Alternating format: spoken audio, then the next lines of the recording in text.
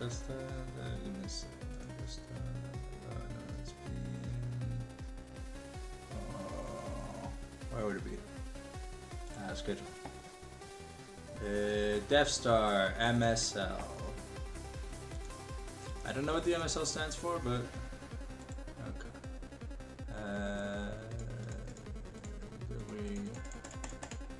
I don't think we'll be gone for 4 hours, so I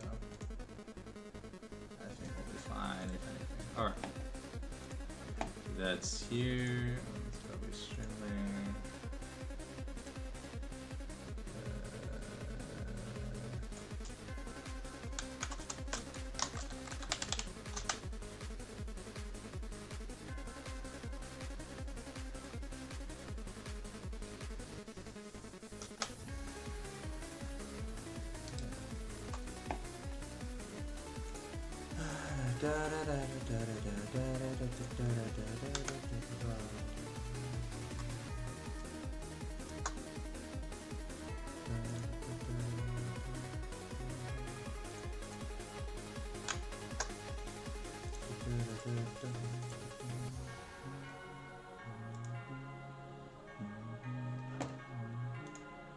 I think the volume and everything should be fine. I don't want to double check.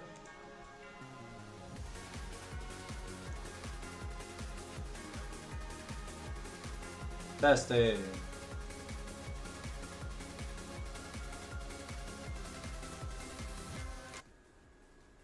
Test it.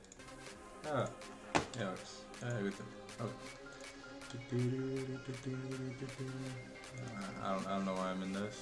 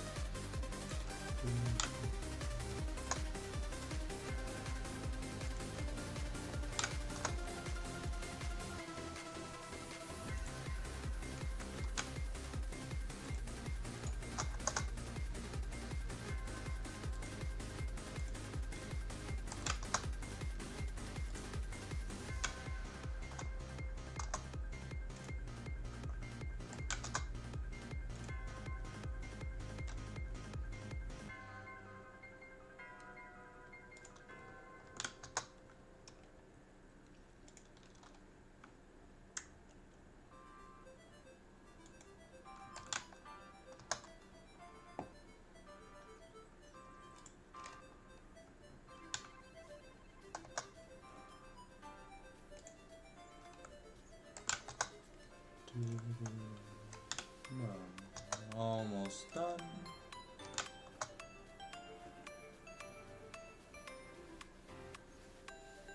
But the only one that ever posts here. How many people are in this year? A decent amount still. Hold on. Probably did. When it's dead content, it's dead content. It's sad. Alright.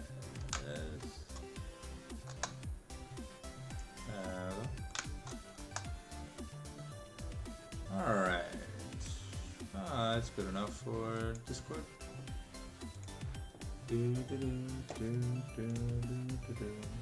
Hello, peoples. Get settled on in. We're doing some final boss casting tonight. There's some peeps needed some help, and you know me, I never say no to work. Because this is the only work I'm allowed to do before I leave on vacation. Yeah. But don't worry, well, I have an analyst here on the desk who's gonna be able to yap about these players. But last time we watched some final boss esport. Last time we casted some final boss, it was kind of interesting. So you know, it's gonna be fun. You know. I don't know what the MSL is, but it's the league we're casting in tonight. We already have the person added for the games, but they seem to be away. I think lobby should open around 25, so give or take 10-ish minutes, and then we should probably be good to go. Okay. I should do. What do I do? Do I just? I guess I'm just gonna use this. There we go. That's where I'm gonna go. Do do do do do do do do do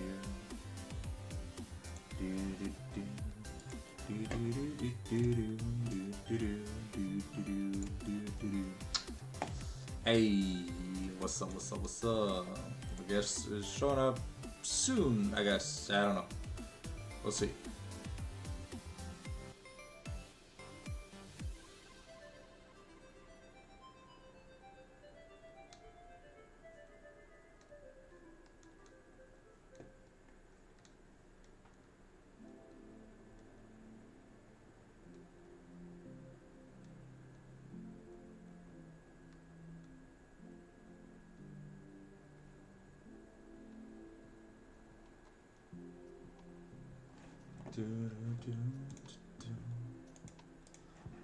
Alright. Just a simple best of 3 tonight, you know, something simple is not gonna irritate my voice too much because throat's already a little bit tired from yesterday. It was crazy, you know? Alright.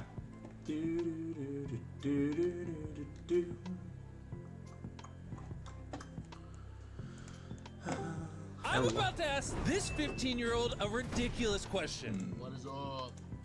Forgot the mute soundboard. Alright. Hello, how are you?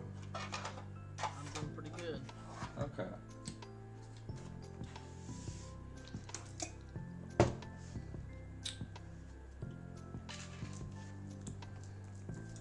Okay. Well, I think the lobby should open around 25, in 8 minutes, so we got some time. Quick question. How do you want to be addressed by on stream? I can screen share. Or you can right click and spectate deaf if you have them added on your league client. No. I'm asking how do you want me to, like, what do you want to be called? Oh, Sanctum, the Fallen Sanctum, Okay. Leighton. Okay. Well, what people normally call me. I'm not picky.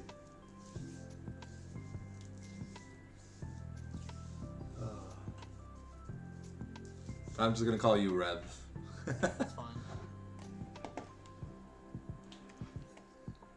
Alright, I just need you to tune into the stream and make sure you can hear yourself well. Because I won't be able to adjust the volumes midstream. So, I'm gonna get the audio issues out of the way right now, just to make sure everything's good to go. I'll put the link in the chat.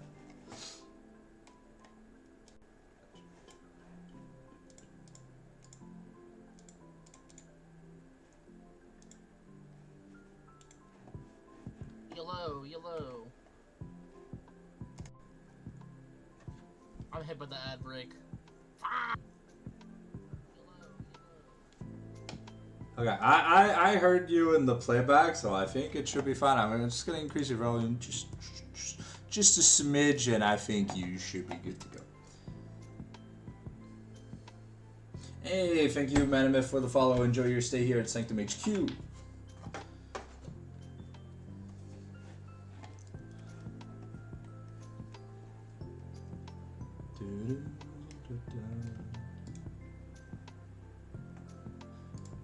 So, the way I do production, I'm a bit lazy, but it's fine, because it's better that way. I have an in-game I have like, when we're out of spec delay, you know, the regular game loads or whatever. But outside, once we're done the draft or whatever, I'll just show you real quick. I have it panned here, the scoreboard's bottom left, and I align so that we see just the champion select. And it's about it. So yeah, you will see my backdrop. Don't worry, it's nothing illegal. So I'm too poor to afford an intermission screen. Let's chill, man. Sounds good.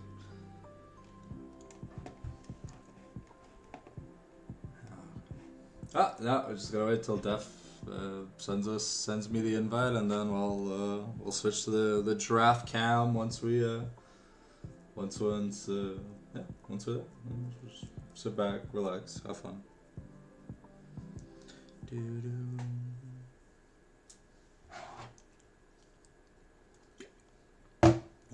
Which is Discord ping? Oh, it's the announcement. Yeah.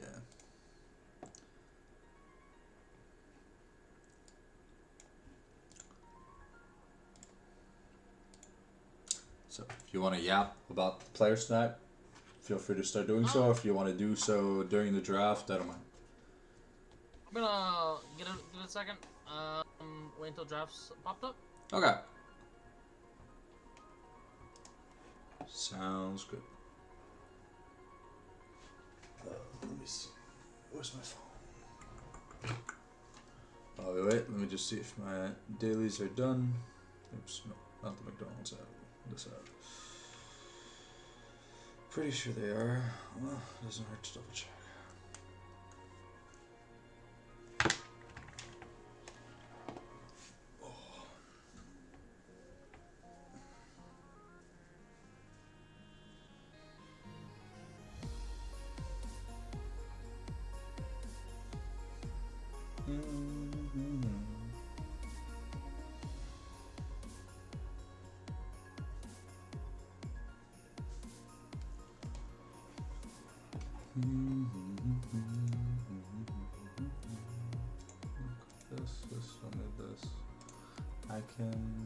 I can just keep this pin. I think this is fine. Okay, close that.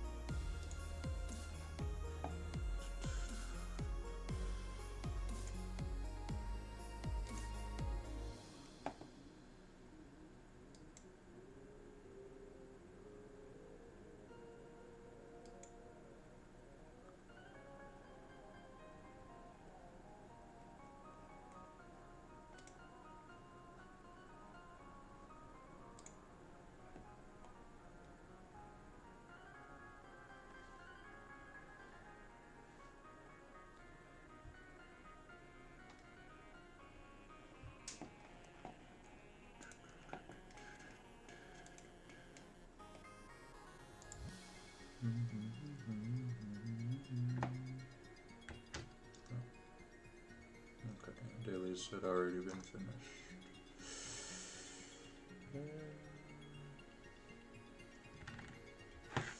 So now that for now. It looks like the lobby's being made, so it won't be too long.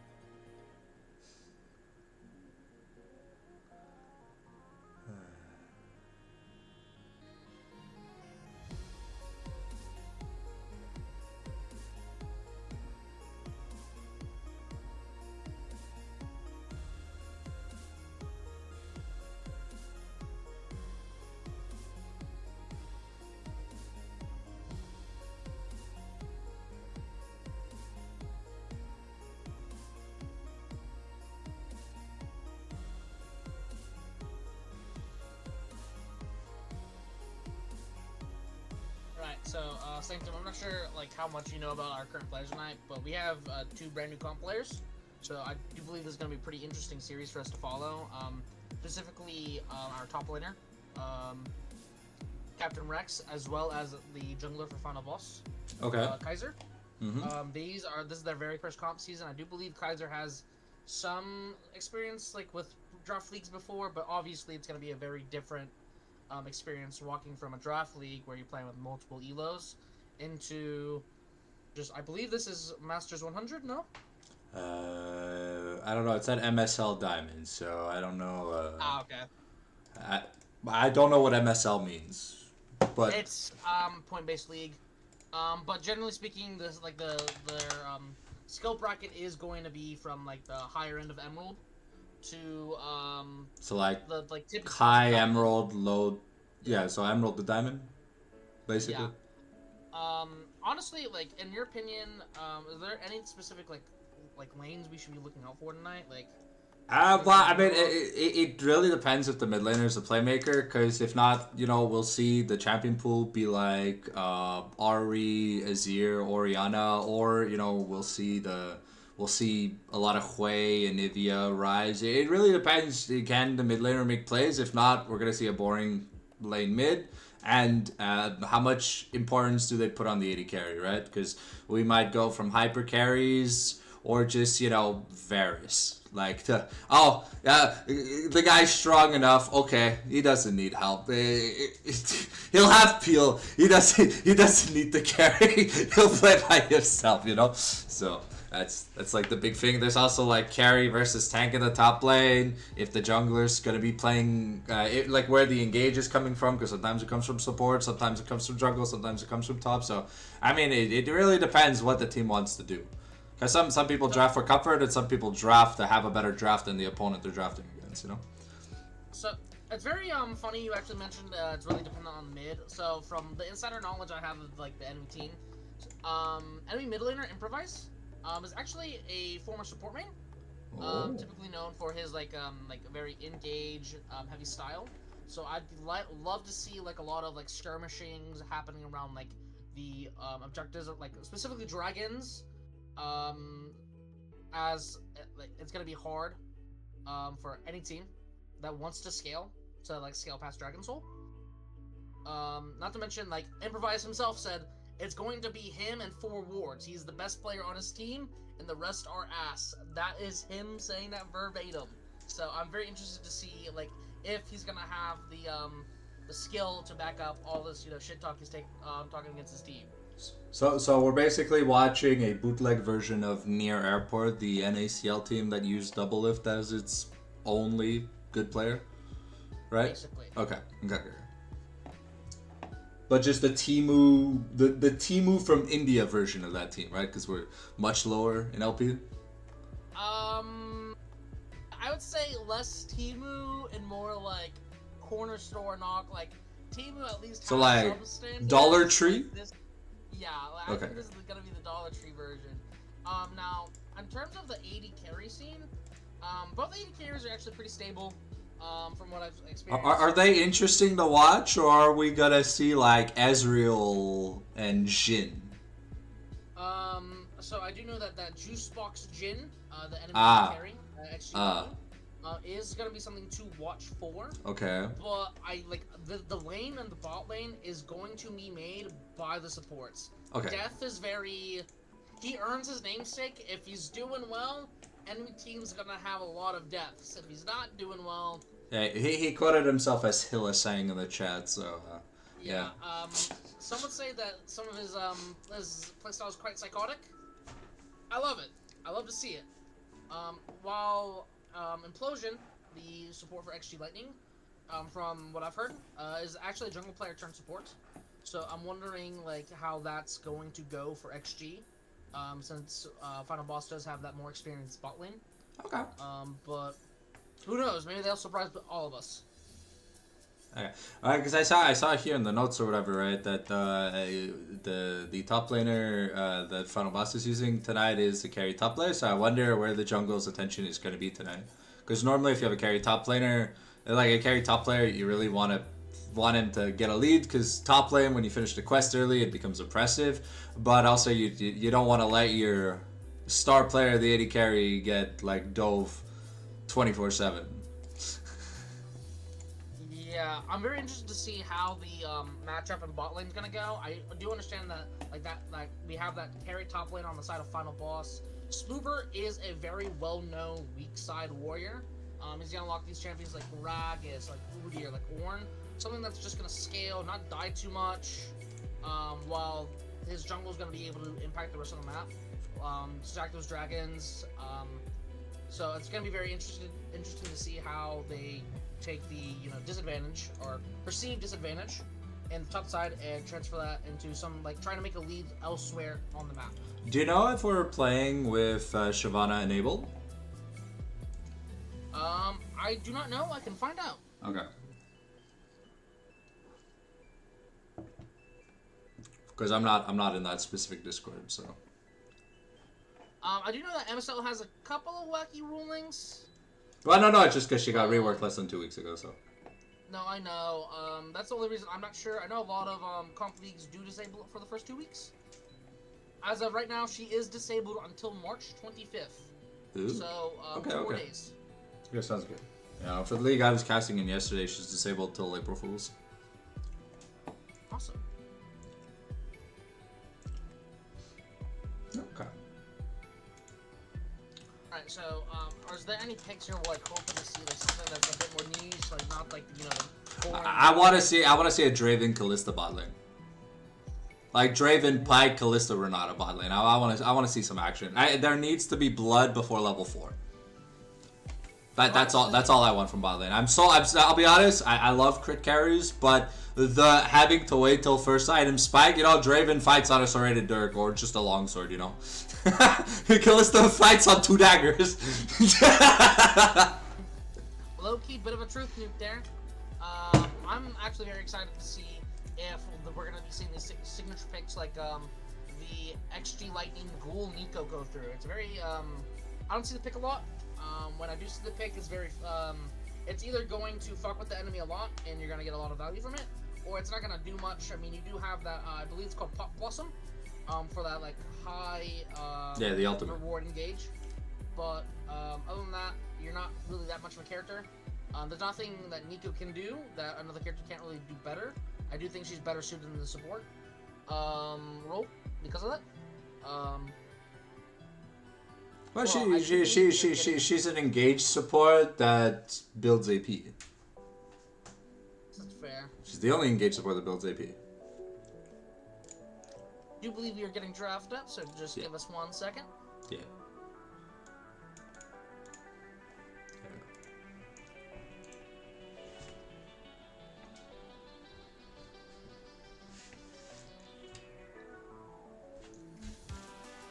You're in the spectate lobby with me? Yeah. Okay, so I don't need to screen share? Yeah. Okay. Sometimes it tanks the frames, because small indie company. It happens. Alright.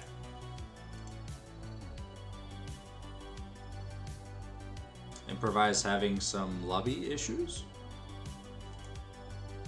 It's like the first time he's joined. Comp game, yeah. If it wasn't for gonna have to remake it 1,000 times. It's okay. League 2 is coming, and eventually Riot will start caring about the people that support the sport of the game itself. But hey, until that happens, we're living on a prayer, like Bon Jovi once said. Truly.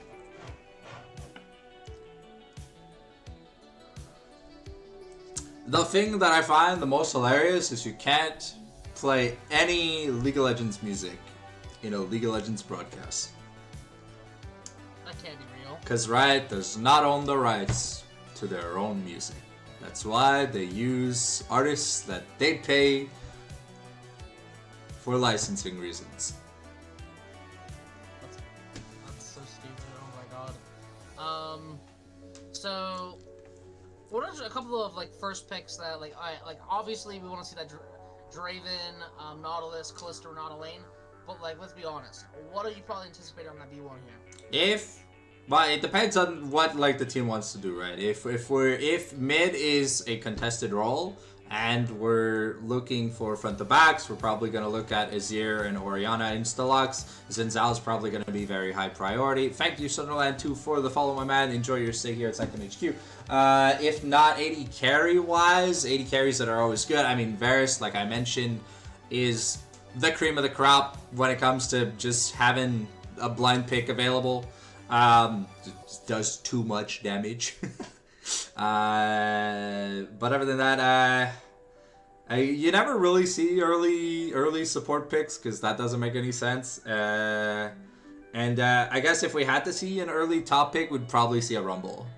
Rev is a little quiet. Okay, let me bump him up somewhere. Thank you for letting us know, Kaiser.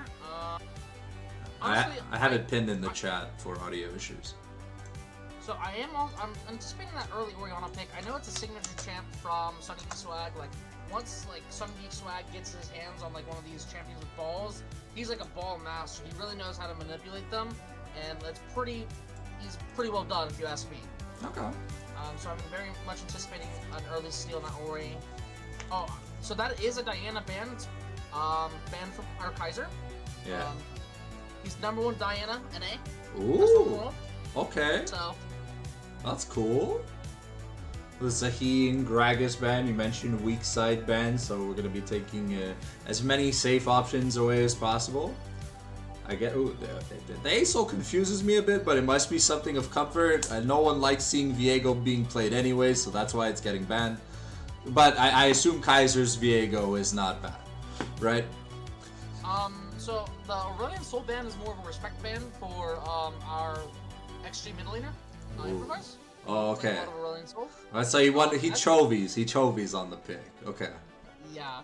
As to the Viego ban, I'm not exactly sure.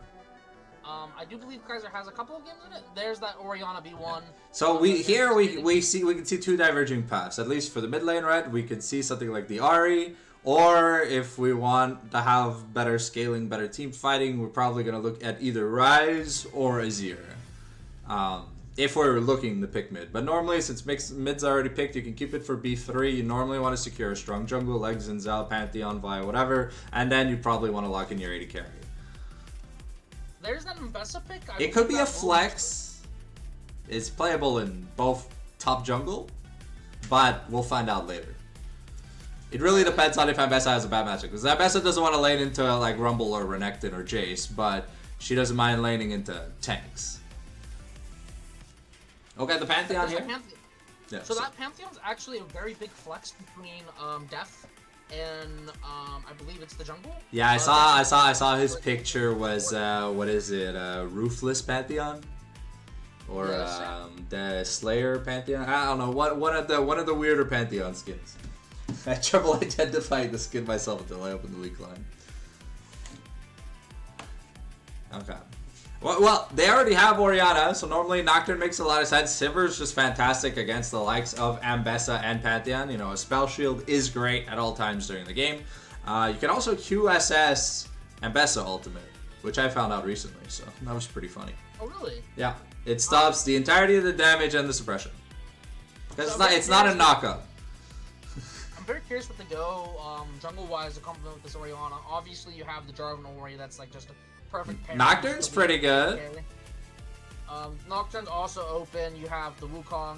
There is the Thresh. They are opting to leave that jungle pick for a second rotation. Maybe they're not worried about it, especially since it's most likely like it could be Mbessa jungle here. So they don't have to worry about the counter pick as much and just want to get that support counter pick out of the way. Yeah. Now we saw the Sivir come out, so normally we're probably gonna try. I assume we're gonna see a scaling crit carry here from Deathstar, just because you can't really pick something that falls off against Sivir. She will just run you over in the late game. The Corki makes sense. Okay, I'm probably expecting like a Nami ban. The Nami Corki has been really powerful lately. It's kind of been the new Lucian Nami is now Corki Nami. At least from what we've seen in pro play, yeah.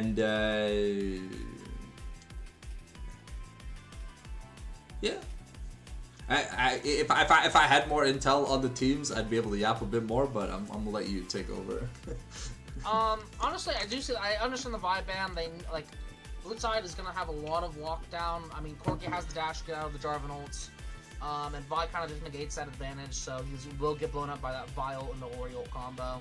Kind of surprised at the Gwen ban. I'm not seeing a lot of champions that Spoober would have an issue with. I do know that his Udyr fares pretty well into the Gwen, but maybe I'm wrong there. I could just be, you know, silver elo game knowledge here. Yeah, Gwen's really good at killing tanks. It's really good at killing. I am very interested to see what Red Side does with their last ban here. Well, it's gotta be the Urgot. Okay, that has to be some kind of respect ban, right? Because there's like no one that plays Urgot on the ladder. That's what I'm guessing as well. I don't know Spoober as well as I do, you know, some of our, you know, final. Well, because Urgot is definitely not weak side. You play Urgot when you want to kill someone in lane. Because with the Yayeed into the execute with the turret shot, normally that's enough with the spaghetti juice legs. Now, something to note, we're most likely going to see the mid blind here. As mentioned before, that Pantheon's like for sure always gonna go support here. Well, it's not a mid blind. They already picked Orianna on blue side. Yeah, there is a Syndra. As I said earlier, Eric is a master with balls. Okay. Like, he's gonna be able to, like, diff this enemy mid. I'm sure of it.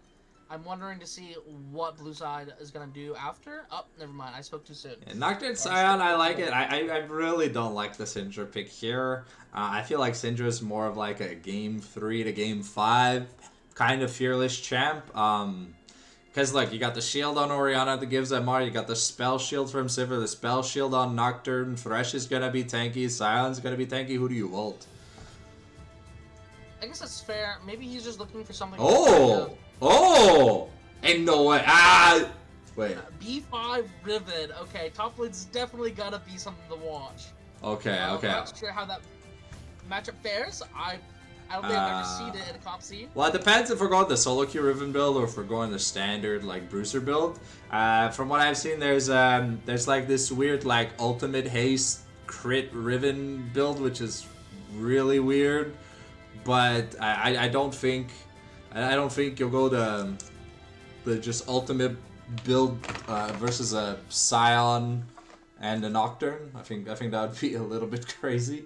So maybe like Eclipse, Black Cleaver, Shojin, you know, just everything that's CDR is gonna be good. Yeah. Now I do see that we are starting the game, so Yeah. Well, why don't we go to a quick little break while we get the game started, and we'll see in a little bit. Nah, no need for a break. Okay, I was gonna go get some water. Ah, you can go get some water. I'm just. So I'm actually very interested to see how Final Boss plays this. They don't really have a traditional frontliner in the sense that you know, XG Lightning does. I mean, XG Lightning has like that Thresh Scion for that frontline. I'm not really seeing anyone that, like, if they get focused down, they're gonna be able to do much. Like, Pantheon is very committal. I mean, technically speaking, we could see the Heartsteel Pantheon build, because Pantheon does have HP scaling. And with the Celestial opposition and a Heartsteel, he'll be really hard to kill. That is fair.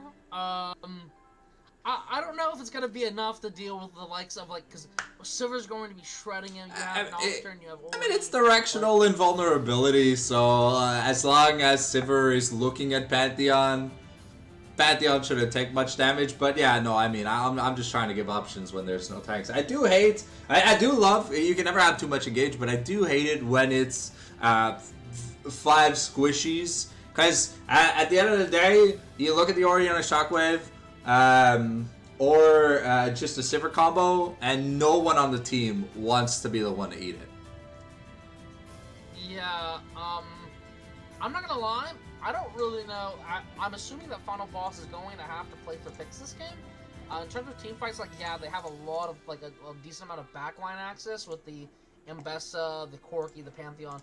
I don't think they actually, when they do get in the backline, I don't think they really kill anyone. You have Thresh peeling, Orianna's going to be really tanky, Sivir has her spell shield. Like, as you were saying earlier, their entire team's going to be pretty tanky and, like, hard to kill in these fights.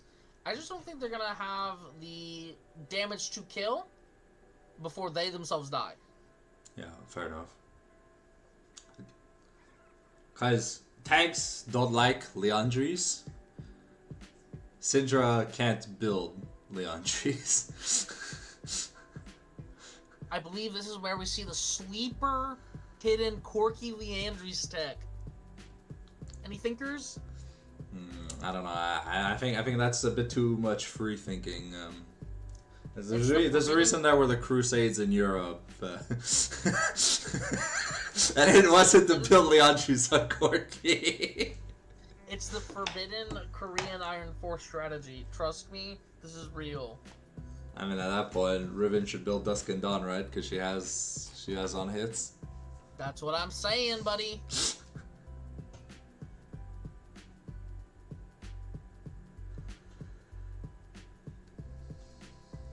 I think it definitely, if the game goes too late, I think Lightning are just gonna run down Deathstar. But Deathstar need to play with a gold advantage to get stuff done. Almost definitely. I do think that they have the tools to get that early gold advantage. I mean, Corky Pantheon is no doubt going to be an oppressive lane in the Silver Thresh. They're gonna have that drag prio. And like, yeah, Silver can clear waves like a madman. I do think that if Deathstar is going to be able to secure Soul, I do think that is a solid win con for them to play towards. Riven, from what I've seen so far, doing some brief research, does have a favorable matchup into this Scion. So I'm not sure if Nocturne's gonna have to spend a lot of time topside trying to keep that lane from like bleeding too much to where this Riven leaves the lane as a raid boss. Now, Spoober is a known weak side warrior, so maybe he can keep it under control, but who knows? This Captain Rex guy is a known carry top laner. I'm very interested to see what he can do on this Riven. Oh. Yeah, no, because the Riven's a good matchup in the Scion because you just interrupt the Decimating Smash, and you could technically jump over when he starts his ult to cancel it for the Unstoppable Onslaught.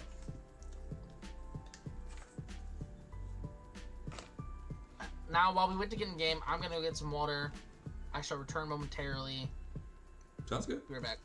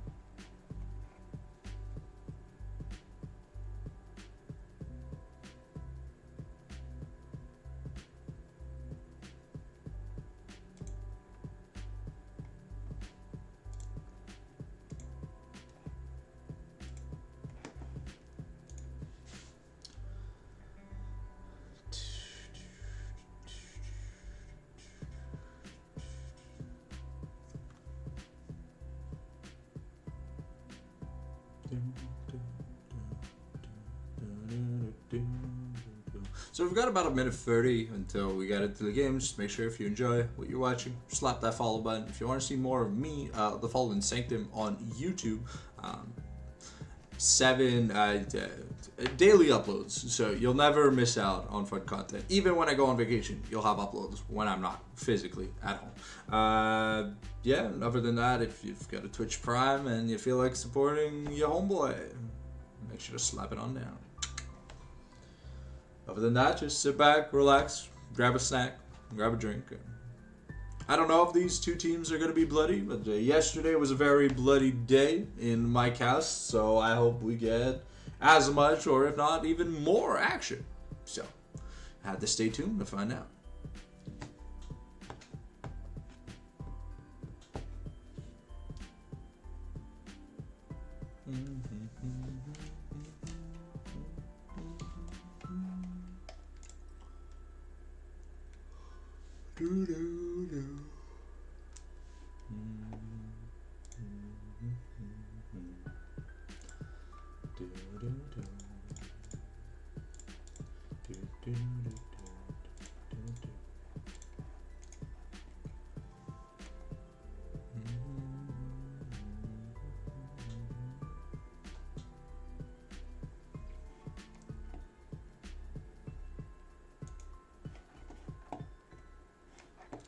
Let's make the music as we get ready to get into the game, ladies and gentlemen. Hopefully you guys are back from grabbing your snack and your water, because we are getting into that loading screen.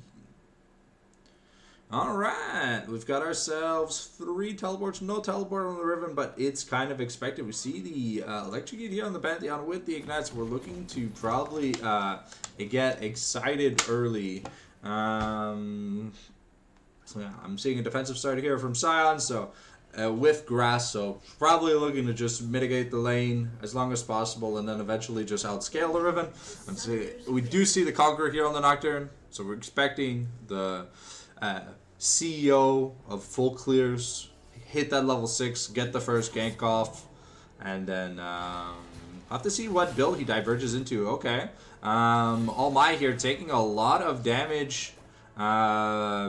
Defending for Vision, but Captain Rex here, okay, might have found Endure Soul, forcing the flash here, and now 8-Bit Gold could be in trouble. Half life on both of them. The pot consumed in the mid lane already, though. It's pretty good news here for Sunny D, who's looking to be very aggressive, because normally the Orianna versus Syndra matchup early on, the Orianna's got a pretty decent grip. It's just the post 6 things get a little bit harder. Guardian procced here in the bot lane as Def was looking for the spear shot, throws another one in. Captain Rex looking to pop the Soul Furnace, but has taken a lot of damage here. Could be in trouble, but with the Soul Furnace start, it does mean that the Scion doesn't have a level 1 kill pressure. Because fully loaded. Return, by the way. Welcome back. We saw a little bit of scuffling here early. Endure and 8-Bit got chunked scouting Raptors, and Captain Rex also took a pretty bad trade against the Scion. So so far things are looking kind of good for the side of Lightning. The later the game goes, the better it is. I do see that Orianna's unfortunately already burnt her flash. Was that during that mid scuffle as well? Yeah. Okay. Captain Rex roamed down from the top lane before minions to blow that flash. Endure here getting chunked, might have to get an early TP in, but Juicebox not really liking the Corki early game. So this bot lane here from Deathstar definitely putting in the work. Rex is out of pots and has the D-Blade, so not gonna be much regen there. Okay, we get the flash spear shot here into the sun. Juicebox uses the barrier. Ooh, but the turret shot is gonna be it might be lethal. It is gonna be lethal. Implosion takes the kill, and now Kaden could be in trouble. There's Vision. Ooh, one more auto, and it's gonna be the boomerang blade here for the KO. A disaster here on the bot lane for Deathstar. Though we have All Might roaming up top, seeing if maybe we can bait with Captain Rex's really low health bar. Ooh, okay. Okay, the flash. Did Scion get a 2v1? No, there's no way, right?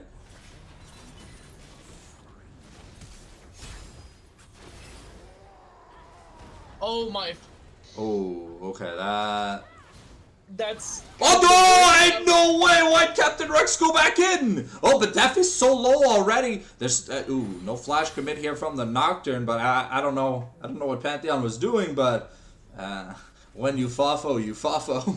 All right, Sunny D gonna try and survive this little gank. The spell shield not coming out from Ghoul, so doesn't immune the Scatter of the Weak. Gets hit by that stun. And what's interesting is, Death Sentence here onto Kaden's gonna force the Valkyrie, maybe even force the back. He's chunked really low. Just bought a tier, so it's tier to a BF, so it's really a feels Padman moment. We see the Scion also, thanks to that double kill, picked up a Tiamat. So we're probably going to see a Titanic Hydra first item here on the Scion, which is something that's not very common. Normally we see the typical Sunfire Cape or Unending Despair, depending on what kind of laner we're dealing into. But I do like the Titanic. You know, Riven's not going to build any HP, and she will take damage through these trades. Normally what makes Riven so strong is that she's got a shield on low cooldown, but with the Titanic, Spoobert here is going to be able to do quite a bit of damage. Oh, wow. Okay, Kaden just running it down at the speed of sound. Barrier and flash up. Refused to use any. Probably thought he was going to live that. Honestly, this has got to be the worst possible way to start off the game for Final Boss. Deathstar. I mean, your top laner your top jungle gets 2v1 by enemy top laner. Your bot lane gets double killed. Okay, but here comes Ambessa. Maybe Spoober, because Rex is not level 6 yet. Oh, okay. I think Rex really wants that minion. He's gonna get denied the cannon death here with the roam. He's just level 3 though, but because Kaiden's been solo laning, it's a feels bad man moment. The Corgi's behind when getting extra XP. And Death has just not been laning. So this Pantheon's big timing, which is the level 6, is gonna arrive so late. Okay, here we are. Death getting picked out. Gonna jump onto Juicebox, but it's not gonna matter. And 301 on Juicebox. Looking at the money, already 1100 gold up. Things you don't want to snowball the late game win condition, because then it turns into a mid game win condition. But Kaden just getting caught up once again. The barrier into the flash implosion here. We're gonna walk out of range. Now back top lane. See Captain Rex getting chunked pretty hardcore. See a bit of armor already coming in. It'll be a while before Riven has her typical lethality. But okay, here comes the Blade of the Exile. We're looking for a good chunk. Ooh, okay. Oh, okay. The Shockwave came out here onto Sunny D. But Nocturne wasn't level 6, so there was no follow-up to the Paranoia. And now Kaden once again taking another recall, but it's gonna be pretty depressing in that bot lane when it's a completed item to a phage. Honestly, like I said at the beginning of the game, on some level I gotta respect Death for constantly trying to look for these angles to make plays and get back in the game. But it gets to a point where I see my supports two levels down enemy support at 6 minutes, and I want to blow my brains out. Yeah, how so is game playable for this? When you play Bard, it's fine to roam because with the chime mechanic, you do gain XP. But Pantheon, oh, okay, a nice little trade here on to endure the phase rush procced. We've got the Paranoia active. Oh, okay, lights out here. Sunny D now, is gonna flash into the wall. And Is we see from Kaden bot lane? Oh, okay. Unfortunately, Thresh does get out, but Corgi is able to confirm that massive shutdown from the Sever. Yeah, it's definitely gonna help. Ooh, okay, Captain Rex could be in trouble. Ooh, and wait, who flashed? That was our, I believe it was Riven Flash.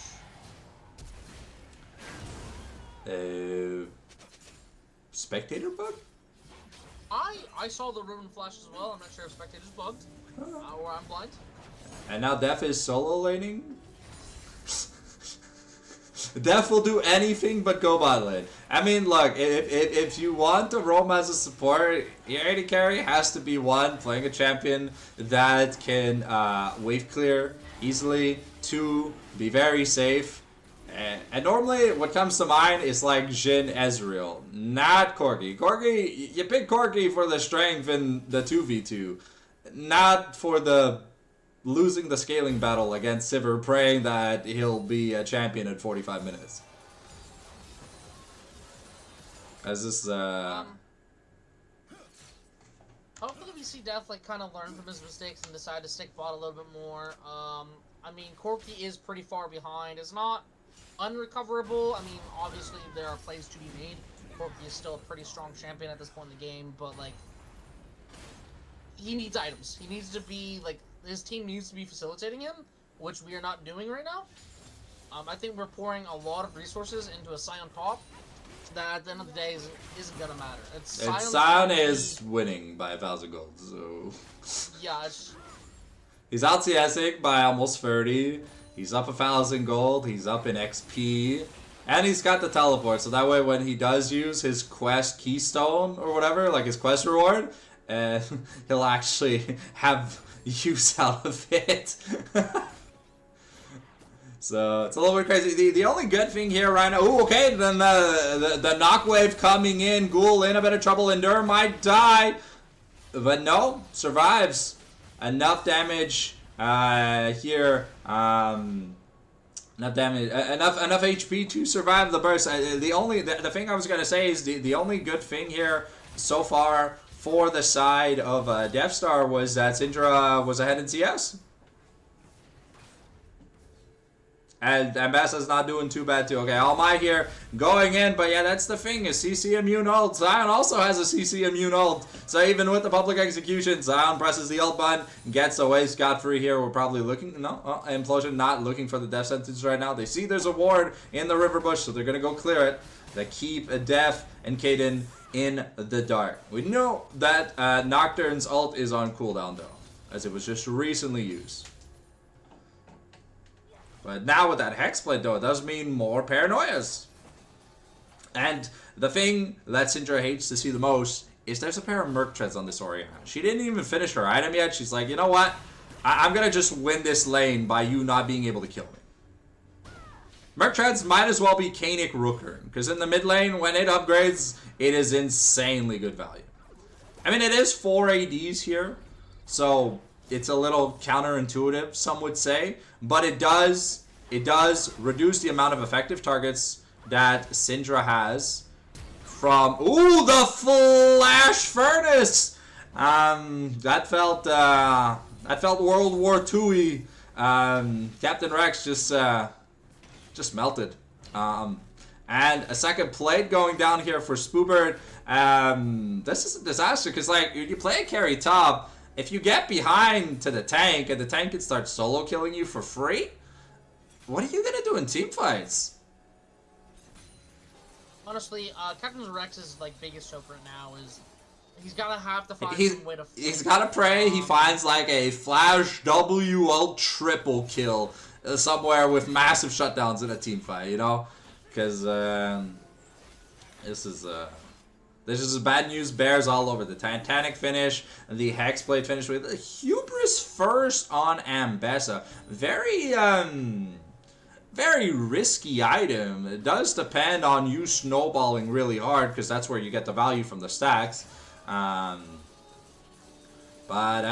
it looks like we might also be going Iceborne Gauntlet here on Scion. You know, a slow against the likes of Pantheon Riven, who really care about their mobility. It could be very, very punishing. We've also taken 4 plates to none in this bot lane, so it's just a disaster overall. Sivir's gonna get a recall in, and the anti-heal is even coming out, so we're gonna probably be expecting a Mortal Reminder second item here for this Sivir. Honestly, it's really funny how you point out the Hubris. I actually think that I don't think Hubris is a terrible item. No. I'm just saying it's risque, because just like a Heartsteel, right? If at 30 minutes you have 1 stack, it's like I could have bought a more efficient item. Like, yes, it gives okay CDR. Oh, ooh, nice recall cancel here from Spoobert. Rex is not having fun. Also, that quest isn't finished for Rex, so he doesn't have a way to get back to the lane. Oh, we got the knock wave coming in, and yeah, that's just gonna be all she wrote. Ghoul spell shields, the Aegis assault, and All Might here. All my cookies in one basket. It's a disaster of this play in the mid lane. The Spoobert does negative damage to this Scion. Keep in mind, Riven does a lot of damage to low health targets. Scion's Q does more damage than Riven ult. Oh, that was a missed cannon, so that's a -1 there.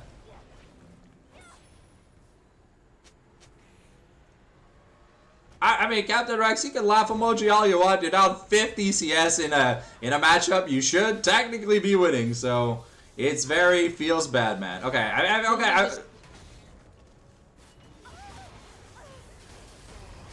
okay. Shutdown goes to the Pantheon. Wait, was there a shutdown? There was a shutdown that went over to Death. I'm not sure how to feel about that. Like, yes, he saved the tower. The Serpent's Fang Pantheon. Look, there's a lot of shields, I do admit, but you know, we did say he was a very volatile support player, but the Serpent's Fang first item Pantheon. This Pantheon is a glass cannon that's as squishy as Captain Rex is right now, and that means one auto attack from Sivir is probably gonna be 40% HP at this point. Honestly, like, I kind of understand where he's coming from. When you're this far, like, it's 5k at 15 minutes, when you're this far behind, building defenses as like, Pantheon isn't gonna help as much as just trying to burst through them, like, trying to at least get something for value. Like, when you're, like, going 2 for 1 at this stage in the game is not bad if you're able to get a shutdown. Yeah. So I can understand where he's coming from. But, you know. I just don't think he's going to get a lot of value from the item, as I think the only shield he's really burning here... I mean, it's Scion, Orianna, Thresh. I guess it's fair, but I do believe that Scion should be on a sideline for most of the game. And while Ori Thresh shields aren't, like, scoffable, I do think there are better items he could have rushed here. Yeah. No, definitely. I think Upper Glaive would have been a much better item. It's CDR, AD, Lethality. It keeps him as squishy, but gives him vision control. Ooh, okay, we're trying to interrupt. Ooh. Okay, that was good by Spoobird. I fear that diving the Scion on the bot lane is not the greatest of ideas. Hey, Sunny D is half-life, Def is half-life. I mean, first, another turret went... so his first turret went to Endure here, and Juicebox and Implosion are looking to pick up another turret. I mean, the longer they spend trying to get stuff done here. Okay, Def here will die to the turret shot, gets executed, but I get 300 gold in exchange for losing your mid-outer. You gotta play bot. Look, when you're desperate and you gotta make plays, any play sounds like a good play, but here, at least Ambessa got the kill, to be fair. If Dev had gotten the kill, it would have been a disaster. I mean, it wasn't like a 1-for-1 as Dev did die to tower. No, yeah, it was an execute, so it wasn't a golden negative play, but if the turret changes hadn't existed, in terms of gold, it wouldn't have been a positive play, because you trade a tower for the tank, but it takes 3 people to kill a 20% HP tank. Holy balls, that top lane turret has not lost a single plating. Yeah, Spoobird is almost 3 levels up on the ribbon. It looks like we are going the Ultimate Slayer build or whatever, the because it's Axiom Arc, Fiend Hunter bolts. Because Ribbon all very low cooldown, right? So the Axiom. Oh, okay. The Knockwave here forces the Seeker's Arm Guard, and you never want to see Seekers on a Syndra as the second item because Syndra needs damage. You know, normally you want to see that Cosmic, you want to see that Shadow Flame, you wanna be able to say, I see someone, I ult someone, I kill someone. Here comes the Grand Starfall. We're looking for a fight here. 8-Bit Ghoul is gonna survive here fighting Def. Endure does go down. Implosion is here. We have the Lantern here, but a nice Def sentence. Authenticated. The flash into the flame, following through a double kill for 8-Bit Ghoul. And now All Might here wants to live, but it's gonna be Ghoul picking up the triple kill. So it's a 3-for-1 plus an inner turret at the end of the day. We're looking at recession levels of gold leads here for Lightning, and I'm glad this is a best of 3, because you could have told me this was a solo queue game, I'd believe you. Honestly, like I mean, hindsight's always 20/20. Let's be honest here. I think when you're this late in the game, you're not seeing anyone on the map. You need to rotate as soon as you get that Ori pick. It's already like it's a massive pick. Ooh, Def is looking for a play, but we're gonna get the Unstoppable Onslaught. Sion's gonna. Because the thing is, though, right? You know, not only is this Riven almost 3,000 gold down, but you just saw her do basically almost her full combo without ult. She did maybe 20% of Sion's HP. It's honestly, it's just very, very unfortunate, you know. Here we have we've got Ocean Soul too. If Ocean Soul happens, Sion hits anybody, he heals back to full health. There's no one that has consistent damage to kill this Sion if Ocean Soul goes through. Same goes to this Nocturne, by the way. At this stage in the game, I believe. Oh, the death sentence here on to death. Well, I mean, it was his sentence. And, okay, old guy here. Ooh, but Captain Rex fails to flip over the wall, so he doesn't even get to go in. And now he's trying, but he's so behind, he doesn't have any agency. Sunny D swag almost just gets killed by the straight boomerang blade. That's going to be Baron. That was a 3 for 0 at the end of the day. You burn Juicebox's flash. At this stage of the game, I don't think that. Yeah, this is the game 2 angle. You watched G2 versus Gen G? No, I was not. I okay. I was currently at Disney when I was playing. But unfortunately, like if final boss makes a comeback, I will shave all of my hair on stream. Okay. Okay. And I'll upload the VOD to YouTube. Just so we can forever immortalize the witnessing of the Fnaticking of XG Lightning. The Fnaticking is the term I use when a team with a massive gold lead just throws and loses a game. Like, honestly, XG Lightning's been playing this series, not this series, this game so well. Yeah. Dominating the map. Honestly, the lanes have been going in their favor almost every single time.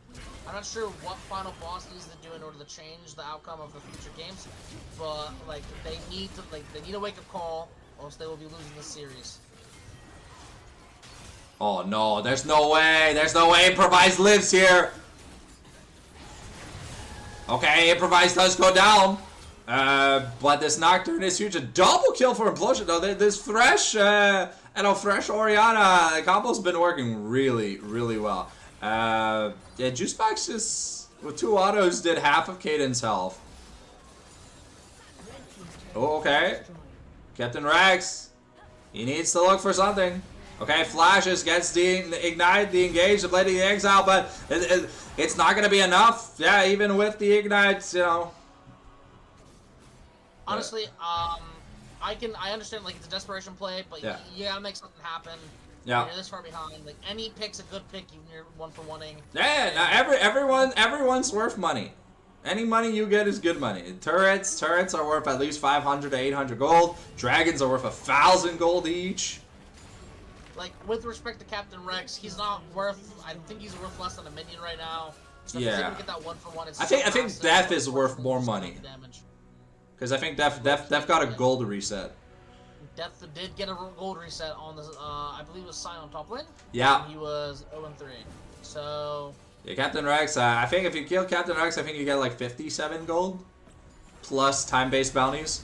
Okay, the knock wave here into Caden. Caden holds the Valkyrie, but we spell shield the Aegis Assault. And, you know, it's a bukake of flavor here in... in the mid lane from XG Lightning, and the teleport here from Sion tells us all we need to know. This is probably just going to be the end. The Unstoppable Onslaught, the 30% max HP shield. They can dive the Nexus Fountain if they have to. Sion. Yeah. You see the Bandle patch coming out. You know it's Jover. The Death Sentence on the Captain Rex! Implosion with the hero play. Improvise picks up the kill, gets the ace, and that's gonna be the Mother G. You know, maybe we should have given support bands over to Implosion, because man, this guy's good. I think he's missed like 3 hooks this game. Okay, we're fighting desperately, but Oh, okay, Spooper might actually go down. No, doesn't look like it.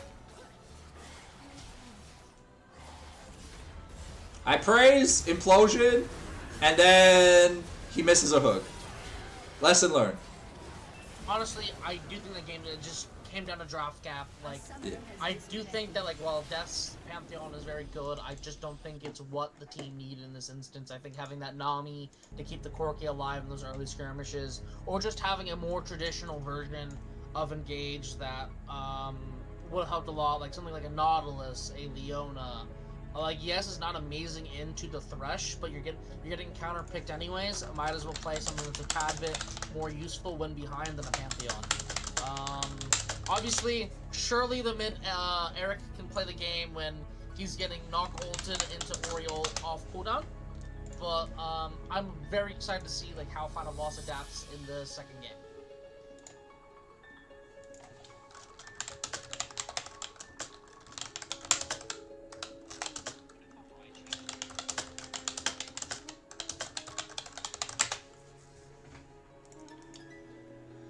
Alright. Sorry, I have a mechanical keyboard, so if you can hear me clickety clackety, I do apologize.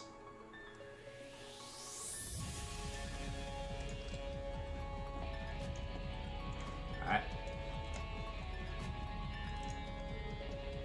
I am getting a stream deck for when I get back from vacation, so I'll be able to like switch tabs and mute my mic with more ease if I ever have to clickety clack away. So we saw a brutal shellacking. Probably it violated every rule in the Geneva Convention.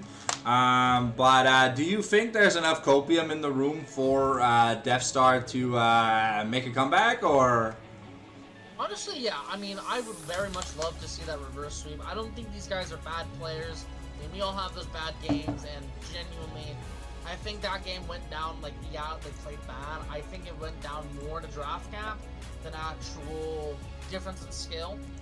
I don't think that Final Boss Deathstar had the tools necessary to gain the lead they needed, as well as maintain that lead. A lot of the lanes are very good at neutralizing what Deathstar drafted. And then, like, surely our Corki and Corki and Syndra can play the game when they have knock ults into knock spell shield into Orioles. Surely. Yeah, the knock wave versus an immobile mid. It was, it was a disaster waiting to happen, and it happened every single time.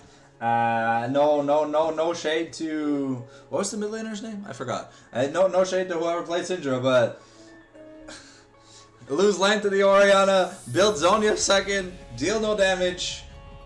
At that point, I mean, honestly, I think maybe a Galio would have probably just been better for the overall team comm. But we'll have to see if they do, give us games worth watching, or if they'll just get swept 2-0. Honestly, I would stay tuned. I'm fully a big believer that they'll be able to make this comeback game too. You know what? I'm not even gonna say I hope. They're going to prove me right when I say this. Ooh, okay. So they are reverse sweeping. Okay. I'm not saying reverse sweep. Obviously, we need to see how game 2 goes. But I am a big believer that once they get that draft down, they won't have these issues that they had game 1. I think they just need to get a more cohesive strategy into XG Lightning, who is looking to kind of turbo scale and just neutralize lanes. I'm just waiting on the lobby to be created right now.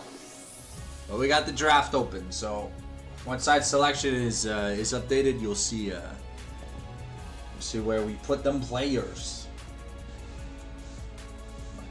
The biggest problem I feel in competitive that a lot of people just don't really understand is, yes, comfort is king.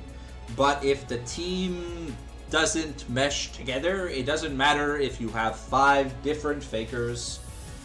If the champions don't play well together, the team's not going to do much. Unless you get a ridiculous gold lead from the start and you just have so much money, it doesn't matter, Because the second that Sion got the double kill, the game was over. Yeah, honestly, it was that combined with the fact that I genuinely think that I believe how it went was bot lane got double killed. Top lane got double killed. Mid lane got solo killed. And then Death went to Rome, and then Kaiden got dove. Yeah. And like 15 times. 15 times. Yeah, so like having Sivir that's what was it? 3:01 at like 6 minutes was it's sheesh. Like, I don't like to be a doomer. I think most games are winnable. You just have to you're gonna have to slog it out for 60 minutes to make it winnable. But like having a 3-0 Sivir at 6 minutes makes the game kind of high key cancer to kind of try to claw your way back in. Yeah. Especially when you're playing more early game oriented comps with no way to actually have the access to a Sivir outside of the MSL, which can be spell shielded. Yeah. Definitely. Oh, one day we'll get a lobby. Maybe there's a bathroom break or something.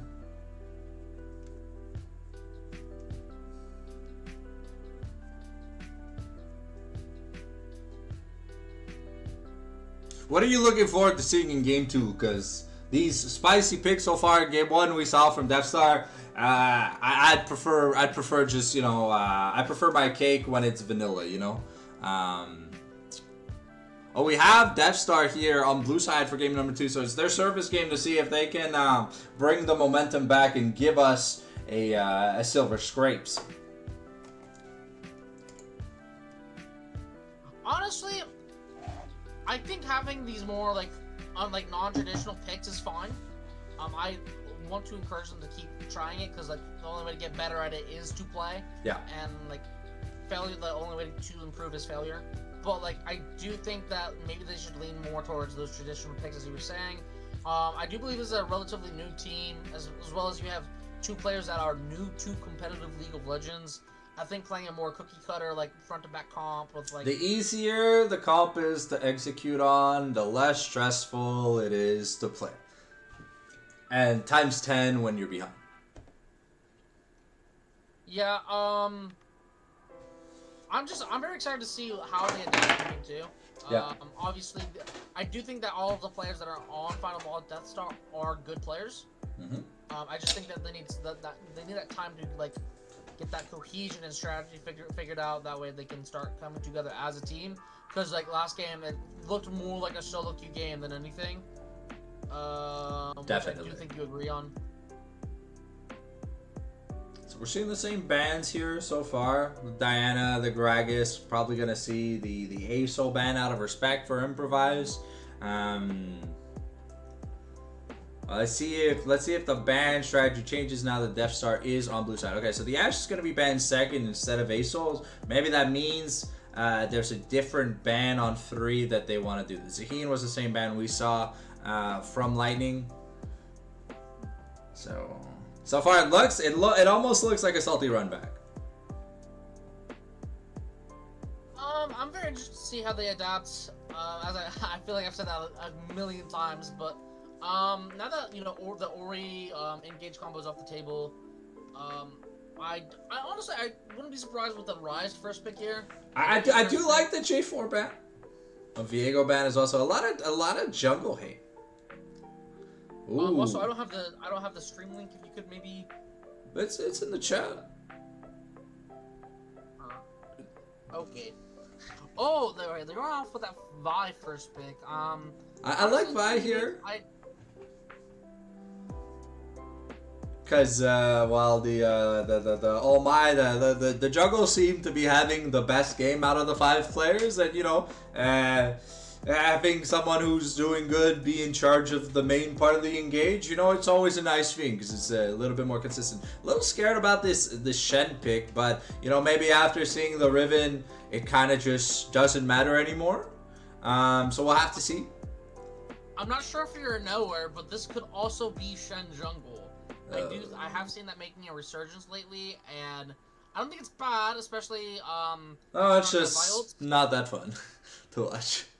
It just doesn't do anything. Yeah, it's got a taunt. Pretty boring, but... Yeah, it's got a taunt. That's about it. Okay. So it looks it looks like you were right.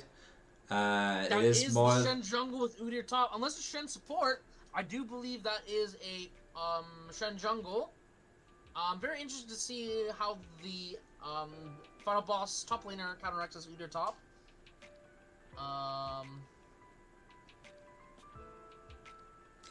It's a very strong front line so far, though, for XG Lightning. Okay, we'll get the Aatrox. Notoriously good at sustaining a lot of HP and dealing with tanks without building actual armor pen, just because his cooldowns are so low. So, the game plan looks a little bit more solid than it was last game. I'm already liking this draft like 150,000 times more. Honestly, I'm hoping they pick something that can go in with that Vi. That way, like she's not. Okay, RE Vi. Okay, so the top side, we've got the action buttons. We're not gonna be looking at our screen watching the enemy kill us. I do like the Mel and Antidote kind of immunes the charm, and if someone's ever in front of Ari when the charm gets reflected, well, it's an unfortunate day to be Ari's ally. But things definitely look a lot more fun and traditional from both sides here. At least in this early part of the draft. We do see the Rel take it away, so we're trying to deny some more dive-ish options. So I assume the Nautilus is probably going to be the next ban here. No, the Pike. Okay.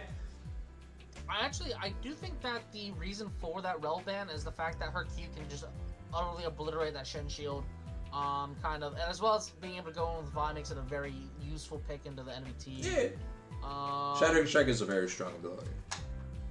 Yeah.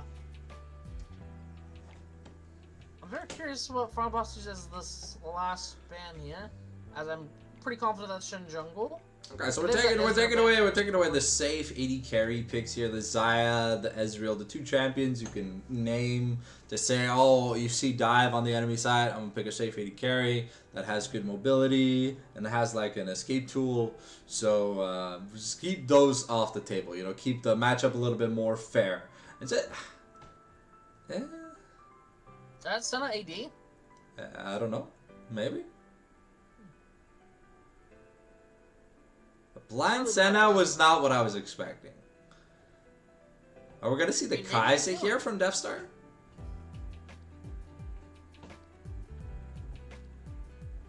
We could be. Maybe they're just actually feeling themselves. They had a very dominant showing game one. They're basically saying, you know, I'm gonna put my dick on the table. You're gonna take it. Yeah, sometimes it's just you know what, even if we go to game 3, it won't matter. We'll have side selection. And the Yunara here locked in, so we're gonna need I kind of want to see an engage support here, like an Alistar, a Nautilus, maybe a Rakan. Oh no, the Bard, okay.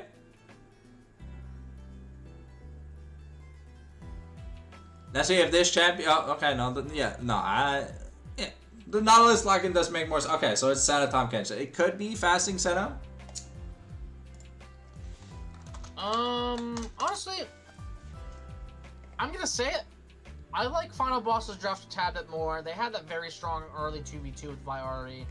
I don't see, like, Shen has damage early game. I don't think he has the damage to compete with Viari early.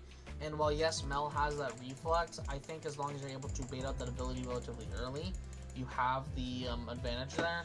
I'm not sure how the Aatrox and the Udyr lane goes though. I'd have to consult an Aatrox and or Udyr experts, but I do believe that is Aatrox favorite from what I remember. I can go ahead and check real quick. I know jungle Udyr builds like Leandries and movement speed items. I have not seen much top lane Udyr in forever.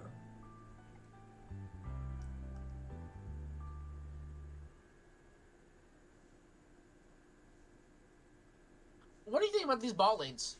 One's kind of one to be a bit more. One's kind of good, one's boring to watch. I mean, definitely if it's Senna AD, there's like a saying that if the game goes late enough, maybe something can happen. But It's with the Tahm Kench, it's like a no interaction lane. It's not a lane where you're gonna be doing much. It's you want to quietly scale. You have the oh shit button on the Tahm Kench at level 6, followed by the Dawning Shadow. So it's gonna be really hard to kill this. It's gonna be really hard to kill this Senna early. At least Senna is going to be easily killable before that level 6, but once that level 6 hits, you know, you've got that oh shit button from the Tahm Kench. If they don't win though, if it's AD Senna kind of takes a while to scale. Support Senna, I mean, they'll have a nice front line, but they already have a really nice front line. So I think they do need the guaranteed late game damage, because Udi or Shen let's say very low damage unless we see that weird Dusk and Dawn Titanic build on the Shen. They're just like you're going DPS Shen instead of tank Shen. But Shen jungle, so I don't know if we're gonna see the laning build for Shen.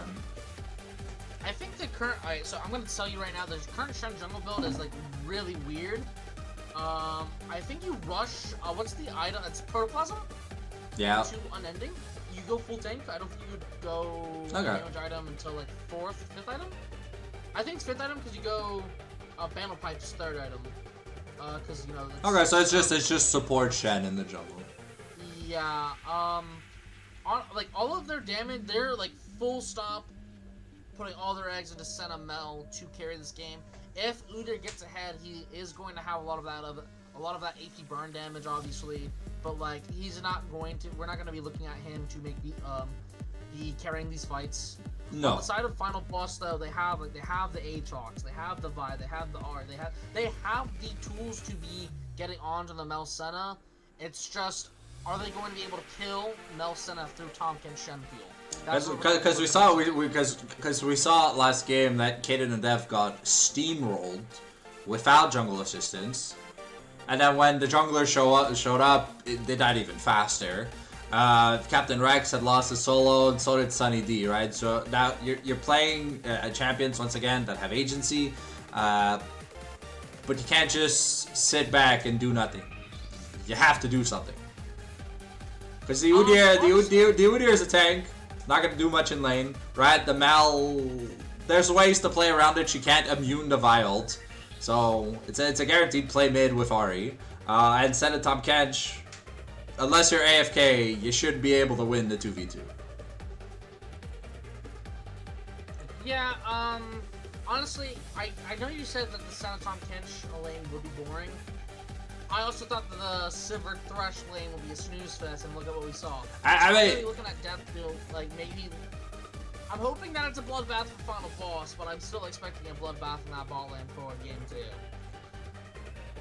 But Yunara also not a champion that wants to be abandoned in the bot lane, you know? Hopefully this Nautilus doesn't roam too much, because Yunara really powerful in the 2v2 when her Q active is up, you know? She can take really good trades, but she can easily just get isolated pre-6 by an Abyssal dive from the Tahm Kench, and Senna just has the root, you know? You can easily take this short-range AD carry away from the wave, if ever the Nautilus decides to go buy a milk carton.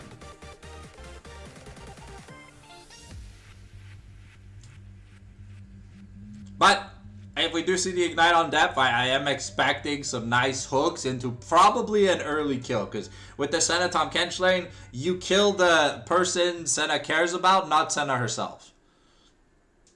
Yeah, I'm very interested to see how bot lane plays out, because I know Death personally. I've played, I believe it would be 6 seasons of draft leagues with them. He's a very bloodthirsty guy. He's like, outside of the game, he's a very kind person. I don't know what switch gets flipped. Dude, he's like a bloodthirsty hound in game. So I'm very interested to see what he does this game. Obviously, Yunara Nautilus do have a little bit of that like early game power over the Senna Tahm Kench. Not to like discredit the Senna Tahm Kench, they played really well last game despite being at that early disadvantage. But like, I do think that I'm just very interested. I'm hoping that you know Death and Kane are able to get that early game lead, but obviously I was hoping that last game as well. And I don't know exactly what happened. I think it was the Pantheon flashing forward and then queuing, but let's just say that this game is going to be a tad bit more interesting than the last one, I think. Okay. I want to see if Deathstar could do something, because game one did not sell me on the quality of the team. But I'm gonna keep an open mind, going in with a fresh mindset of the team. I just hope it's not gonna be game one again. I might be a bit biased. I am a Final Boss diehard fan. I've been with the org since its like inception, but like I'm a big believer in these players. Honestly, if this were a casino, I'm putting it all on Final Boss, and then I'd lose all my money because I'm stupid. But like that's neither here nor there. All right, I'm actually gonna get some water while we wait for the game to boot up. I shall talk to you guys in a little bit.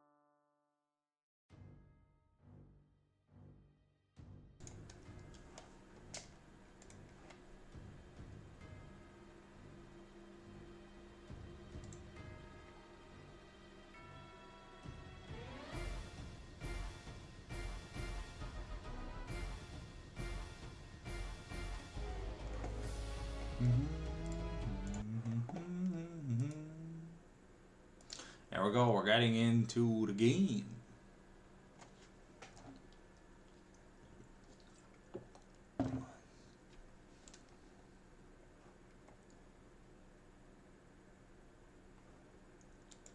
So let's see. Will Deathstar give us a game worth being hype about, or are we ending the broadcast early? That's gotta be the real question. Are we right? You wanna load? No? I'm back. You also have a black screen? It wouldn't be League of Legends if there wasn't any issues. It would be called Dota 2. Or Deadlock. I don't know. I don't think Deadlock's in the same, like, it's on the same level as Dota and League. We don't talk about side hobbies here. We talk about job opportunities, you know. Truth Nick. I would gear up for a 3-game series here. Okay. I'm gonna stay positive, but you know, Ramadan just passed, so maybe they're breaking fast, right? Let's see here. Okay, so we got ourselves 4 TPs, so no more wacky wookie ignites in the top lane. You know, we're back to traditional summoner spell usage. We do have the ignite here on the Nautilus, so we are probably going to be looking at somewhat of a bloody early game to see if Def can do that, because Implosion really had his number last game. Oh, looks like someone had a connection issue. That is why it took longer to load into the game. We'll see if it's said in the chat, but until now, we see the Arcane Combat versus Electrocute, so it's probably looking to get a little bit bloody pre-6 here between Ender and Sunny D. The ready check has come out from Deathstar, so from Lightning. We should be getting back into the game very shortly. It should be an out of pause delay. If it happens, don't worry, everything's fine. Just small indie company issues and set consequences of said issues.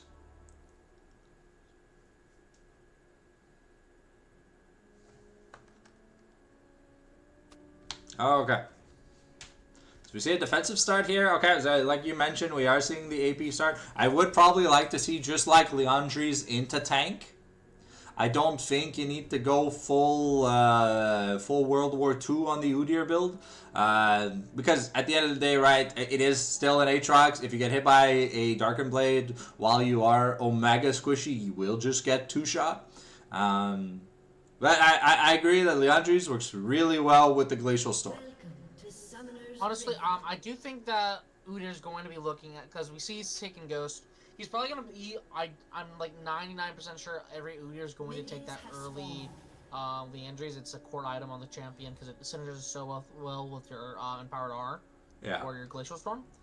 Now, after that, I'd like to see a Frozen Heart. I mean, this is a very AD-heavy team. Your only AP is really going to be your Ori. I guess Yunara has a little bit of magic damage from what I remember. But, Yeah, her crits do magic damage. Yeah, but like Frozen Heart would help. Like even if her crits are doing magic damage, Vi and Yunara care about attack speed. Yes. Yes. So I'm gonna be looking at to see what this Udyr is building throughout this game.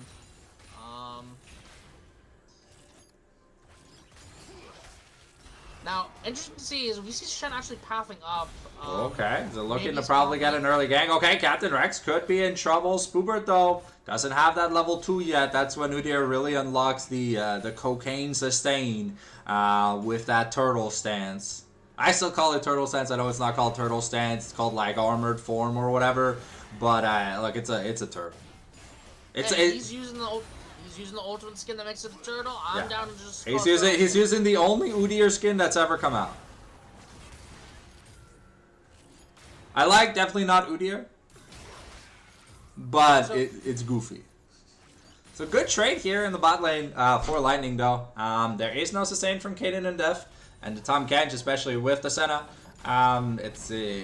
We do see there's Ignite, but you know, you do need kill pressure for the Ignite to actually get something done. Maybe like a little gank early, because Vi doesn't need to farm till 6 before ganking. Okay, the Abyssal Dive here onto Def. A Juice Box could be in a bit of trouble, but it's Def who's taking a lot of damage here. The pots have been consumed for Lightning. But now it's a battle of attrition once the pots are down. It does look like it is not fasting Senna, so we are going to see the regular AD Senna. I hope we see Hex Optics first instead of Static Shiv. I'm really not a fan of Static Shiv as a starting item. It just feels like ever since they changed the item's core identity. Okay, the Ghost here. You're right. There is no flash here for Spoobert. Though the Wingborne Storm, the ultimate not available. Passive was on cooldown here for Udyr, so Captain Rex able to secure the kill with that flash. And if we've seen anything from Chinese Aatroxes, is you know, once Aatroxes get a lead, it is disgusting. Okay, we've got the Vault Breaker here. We're looking to get in on Implosion, but a really nice flash. Oh my, holding the Vault Breaker for so long. Very questionable decision, but at least you forced the flash out of the Tahm Kench. So now pre-6, this Tahm Kench definitely is vulnerable. We see the tier here for Spoobert, probably gonna be for the, what's it called? It's called the Fimbulwinter. It's a Winter's Approach, right? The item that upgrades into it. Winter's Approach. It's also like... Okay, Def with the gang. Maybe looking for Endure here. The flash auto, but the retract stops the root from the Staggering Strike.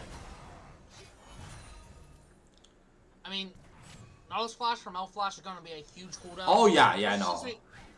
Ooh, okay, another pick here, but we missed a charm here. The second turret shot would have been lethal. But we did see also that Captain Rex is building a lot of space. You know, there's no... Implosion? Implosion? I respect the look. Yeah, no. I definitely, I could definitely respect the YOLO, we go in kind of play. But Implosion here with the support item is going to help Endure get a recall. We do see here in the bot lane, unlike the Sivir versus the Corki, Yunara is much more fine in a 1v1 against a Senna than a Fed Sivir is into a Corki, you know?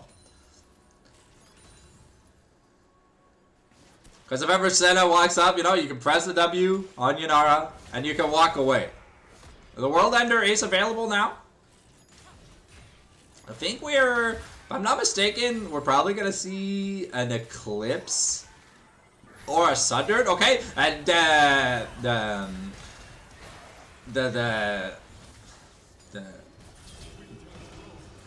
what the hell is Nautilus's Q called?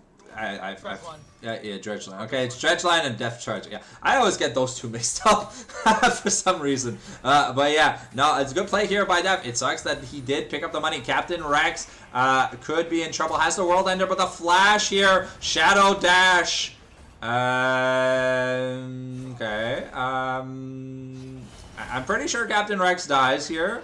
But just the question is, who are they giving the money to? Okay, it's gonna be Spoobert. We already see the Kindle Gem. Sorry, yeah, go ahead.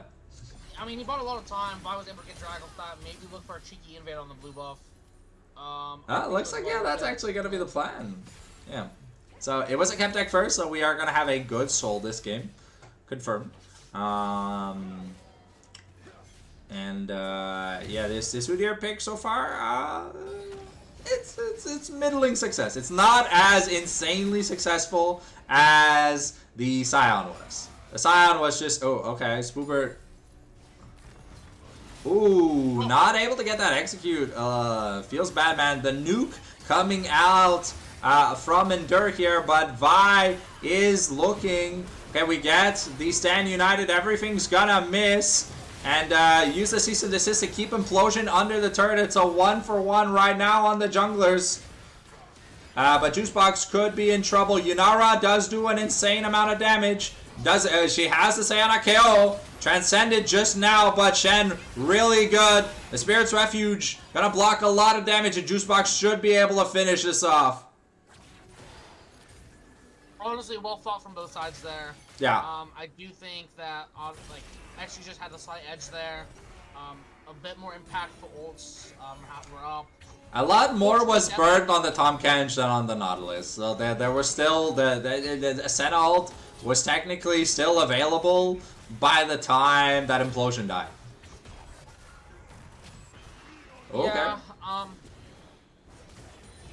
It looks like we're not even trying to go for the Liandry's early. We're just where we need to be able to survive. And oh, okay. There is no flash. That for Darkened Blade would have been dangerous. But yeah, no, Spoobert not having much fun in these trades. And he definitely wants his first completed item. But if Aatrox snowballs too hard, it won't really matter, even if you get a defensive item. It's just, you know, able to heal back up with the turtle stance. That ability is kind of busted. And we see the Protoplasm already finish here, though, for Shen. So, 20% CDR, what is it, 500 HP? To get the Abyssal Dive onto Sunny D, but he's going to be charmed under the turret. Takes a bonus turret shot for the content. And we don't really get much else out of that. It looks like we might be getting Collector from Senna? I think that's a mistake. But, oh, okay. Spoobert in trouble. The Ghost popped onto Rex, but the Infernal Chain's gonna be missed out on. Okay, we get the stun. We don't have the damage, and Spoobert doesn't have the HP. Spoobert, ooh, okay, we get the Stand United. And AP Ghoul is going to be picking up the kill here. Juicebox could be in trouble. The Sayana KO was used to get into place here. Ooh, okay, the Solar Snare into the execute from the Golden Eclipse. And improvise solo killing Sunny D Swag. 2 games in a row. Yeah. Ooh. Okay, all my with the fancy feet doesn't get baited, but this time Kench has his ult. I mean, Mel doesn't have the Golden Eclipse anymore. But that's an insane amount. Def has to be. Oh, okay. I was gonna be like, yeah, an Abyssal Dive could be lethal here for poor Def. Swifties first. What's your opinion on that? I'm not. I'll be honest. I'm not the biggest fan of boots first on supports. I really feel like the first item on supports is insanely important, given how limited the finances are. It's a little bit better in Season 16, but it's definitely not a solo laner income. You know, it's more like welfare. We got the Stand United here. Oh, never mind. It was just... That was just a power. That was just some power turtle for me. Yeah. Honestly, for boots first on sports, for the way Death's been playing this series, I can see the value. Definitely. He's a very roam-heavy, map-heavy support. Now, do I actually agree with it as an item? No, I think a lot of the support items that are like you can go are kind of broken. I mean, you have Vandal Pipes, you have what's... Ooh.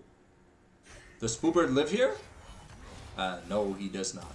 But that was a long trade. It took a while for the Aatrox to get the kill. Has the Spear Shuriken here. But you can see how long it takes for this Aatrox to kill this Udyr. We do have the Frozen Fist already. So it looks like we're going just standard tank, not a solo Q AP. Kaden gonna get caught by that Abyssal Dive. Not rooted up. Sayana KO here, but Kaden's gonna go down the Golden Eclipse. We've got Improvise being saved by the Shen ult and the Tom Kench ult. So it's an insane amount of survivability here, but Juicebox could be in trouble. Vi secures the dragon at the end of the day, but I don't think they're gonna make it out alive. They signed their death warrant, and they understand that they're not gonna make it out alive. Sunny D Swag though does escape. However, double kill here for Implosion. Looking fantastic on this Tom Kench here. We do have the anti-heal, but Spoobird is down 2 levels. I mean, we talked about it pre-draft. Ooh! Obviously, That was clean solo kill. we talked about it pre-draft, but obviously this Actually's entire game plan is going to be pick one person, make them unkillable with a Tom Kench Shen ults. I do think that they need to be investing in or Final Boss needs to be investing into a Serpent's Fang sooner rather than later. I mean, you have the Udyr, you have the Tom Kench, you have the Shen Shield. Probably and you have Senna. That Vi that builds it. I'm not sure if Aatrox can build it viably, but maybe we see him pick it up. I mean, if anything, I think Aatrox is the only person who can actually build it. Yunar can build it, but Yunar already delays her crit spike by quite a bit. Yeah.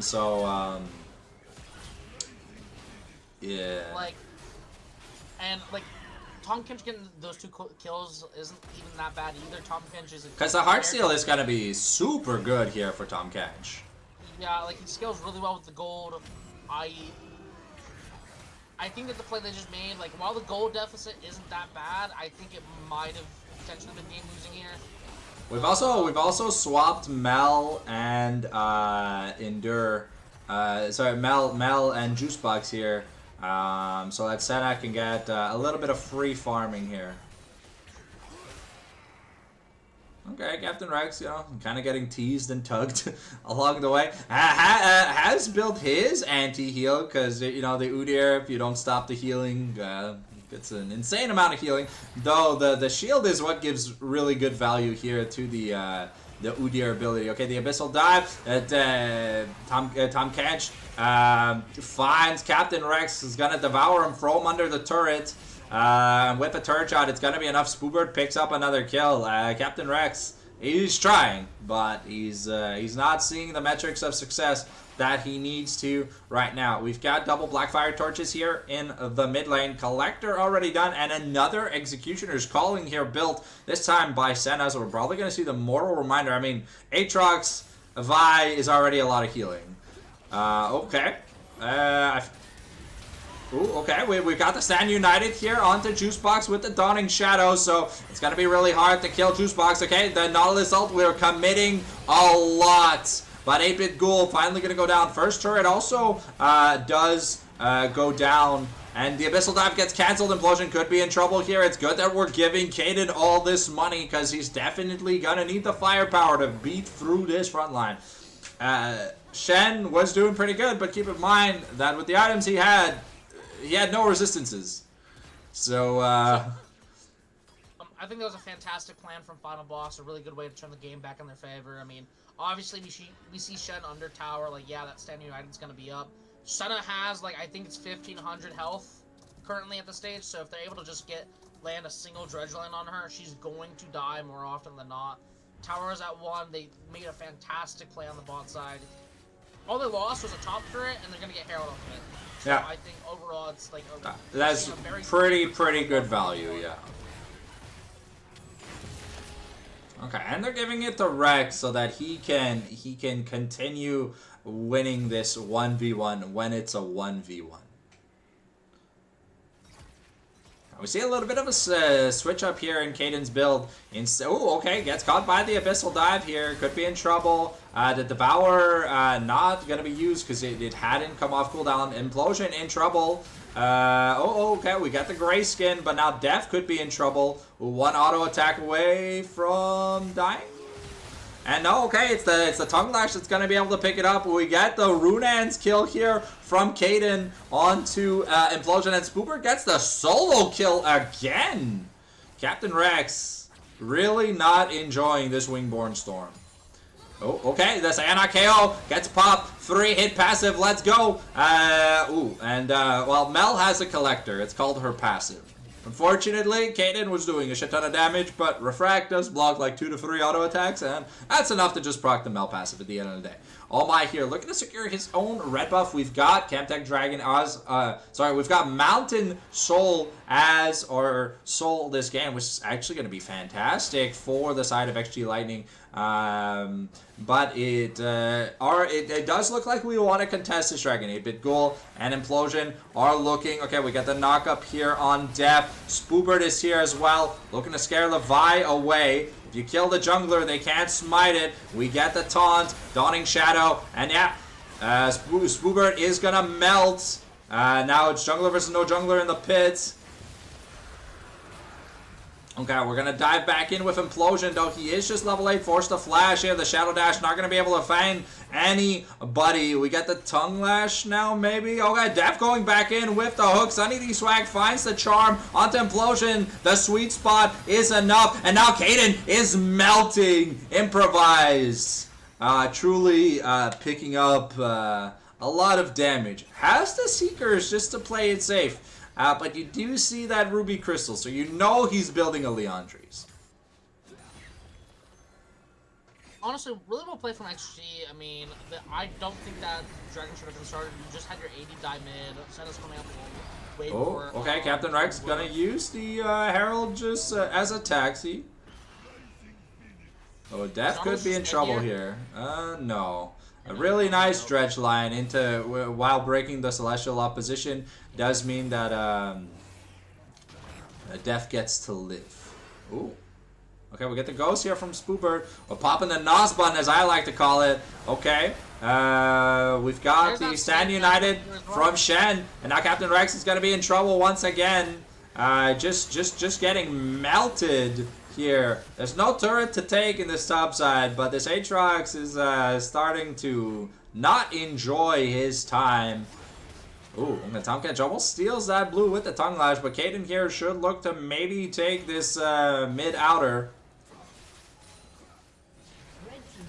Okay. I mean, I'm very happy to see that we finally have that Serpent's Fang online from the side of Final Boss. Okay, yeah. It does suck that Vi had to build it. He's already extremely squishy, so it does mean All My, the second he commits his ultimate, if there's more than one person around, he will just die. Okay, Implosion, Sacrificial Lamb, understands that for the good of the team, he has to go down. But I mean, honestly, if Vi's able to get like a solid ult onto this Mel or onto this Senna, yeah, without Tom Kench Devour coming into play, I do think she should have the damage to one shot, and her going 1-for-1 instances like that, I don't think she'll need the resistances. I'm hoping to see that is the case. I don't think it will be. Spoobert looking for the spooky gank. He just wants his ult. Oh, okay. It's gonna use the advanced, well, the upgraded Boar Stun So it does require a little bit of help to finish off the kill. 8-Bit Ghoul picking up another kill now. That's the Unending Despair. 2 items finished. Looking at the Money No Me, we still see a decent gold lead pretty much in every lane outside of Kaden, who's up almost 4,000 gold on this Yunara. But it's kind of normal, you know. Kasena, not really an AD carry, kind of like a... She's an AD champion that builds AD. But she doesn't have the traditional scaling that regular AD carries have. She will be a threat late game. But, ooh, okay, ooh, wow. Spoober. Full tank Udyr, by the way. Yeah, that's kind of, I mean... Oh, okay, scoreboard down. We're looking to get into a fight. The Refract here used on the Charm. And that's the Zonia's out of the way. 8-Bit Ghoul. Okay, Improvise gonna go over the wall. But we have the Stand United. It's not gonna be enough because 8-Bit Ghoul was already there. And it's another shutdown here for the side of... It's another shutdown here. Ooh, but Spoobert... I mean, Spoobert is huge here. Yeah, so Death is just gonna go down. They do have to kill Kaden though. There's not much focus on Kaden. We get the teleport also. I don't know why Spoobert was... Yeah, so Spoobert doing the red buff was maybe a little bit trolly. I think him and Juicebox... Okay, I was like, there's no way Juicebox gets away, right? Okay, yeah, no. Good recovery. Yeah, I mean, to be fair... Deathstar were already on Baron when they stopped it, so... actually, no, it looks like we're just gonna get resets, so... It was enough of a distraction. We do see the Death Cap here, second item for the RE, but we're 22 minutes in game, no upgraded boots, so no quest active here for RE just yet. But I think it is gonna be the Mercury Trez that we're gonna be getting soon. We are at... almost 4 items on this Yunara, so Kaden is definitely Mr. President in this game, and they do have to invest a lot of resources to shut him down. Okay. Another Mountain Dragon has spawned. The last time it was up, it was a natural disaster here. But this time Kaden is a lot stronger than he was 5 minutes ago. Okay, Dragon's going down real fast. Okay, All Mai's in the pit. 8-Bit Ghoul. Okay, we're not looking to finish the Dragon. We're looking to win the fight. They have to get on to Kaden. Spoobert is going to go down. Yunara is surviving so far. Sunny D playing interference. But Lightning not able to get the job done. This Yunara with minimal peel is able to just survive another triple kill. And that should be the Baron Nashor. I think Captain Rex also looking... for Implosion. That's gonna be a 5-4-0 ace here for the side of Deathstar. Some redeeming gameplay compared to game number 1. But it looks like they really don't want to go out without a bang. I mean, honestly, this is a lot better than what we were seeing in game 1. They seem a bit more cohesive. Maybe it's because they have a bit more of a straight... The champions have synergy. Yeah, like, they're playing the front to back really well. Aiden is going, like, popping off. Yeah. Honestly, I'm very proud to see, like, how they've, like, changed their strategy in order to get this, hopefully get this one. I'm not gonna jinx anything, I'm knocking on wood right now, but I wouldn't count XG Lightning out.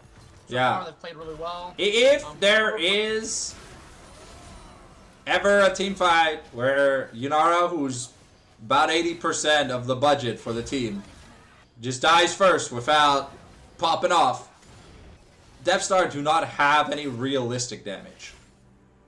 Yeah, This Vi is very, very squishy too. I kind of want to ask your opinion, by the way. I'm seeing that Udyr went as Zeke's Convergence second item. Yeah, it procs whenever his passive is up. Yeah, it's not an item I kind of like commonly see on him, because maybe there's some secret tech I don't know about, because I'm an Udyr jungler player myself. Your cooldown is just shorter, but it's just an AOE slow. It's more damage. You're tank Udyr, so you're not looking to do the deeps. One damage item does not make a tank a DPS character, by the way. You know, sometimes we see like Overlord's Blood Mail on a Scion who's 6 items, and that's not DPS Scion, that's tank Scion.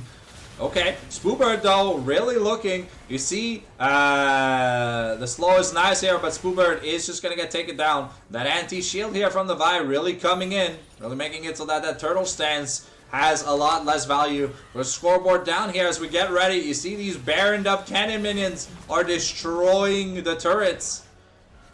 And there may be a game-ending angle, but it looks like we just want to get the inhib. Do have to be careful Vi over the wall. It's gonna channel a short vault breaker to escape. But yeah, now with another Baron wave coming up here in the bot lane. Let's see if this siege works as well as it did last time. Because now we have Captain Rex who has TP available to siege the push in this top lane with the enhanced minions. And they have triple grub, so these third plates are gonna be dying fast if ever there's attention on them. Okay, we get the teleport here from Spoobird into the Dawning Shadow. Okay, the Spoobird is just gonna die here, and yeah, yeah, that's good. Well, honestly, a really well done performance from Final Boss this time around. Kaden really going above and beyond here, making sure that he does damage, unlike last game. So we are being forced to silver scrapes here, ladies and gentlemen. We've got that game 3, and it'll be coming up shortly.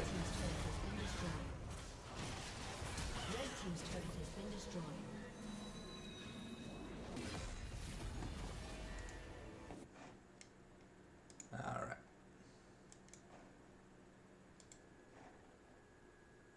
And there we go.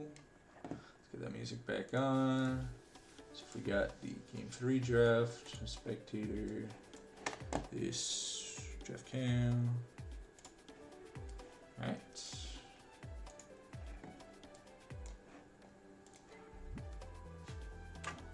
Oops. Wrong overlay. There we go. Let me update that scoreboard real quick. We are going to game number 3. Oops. Jesus. Yo. It's hard typing sometimes. Alright, there we go. Okay, so waiting to see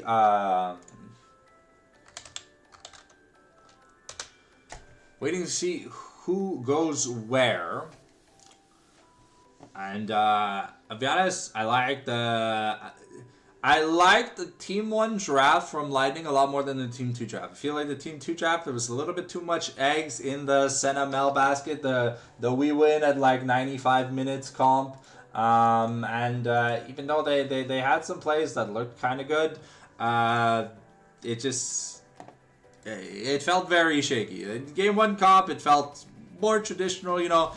You got a tank, you got a jungler that can do damage, and you have 2 carries. It looks like it's going to be red side here for Lightning in Game 3, so they do want that counter pick opportunity once again. It didn't really work out too well in game number 2.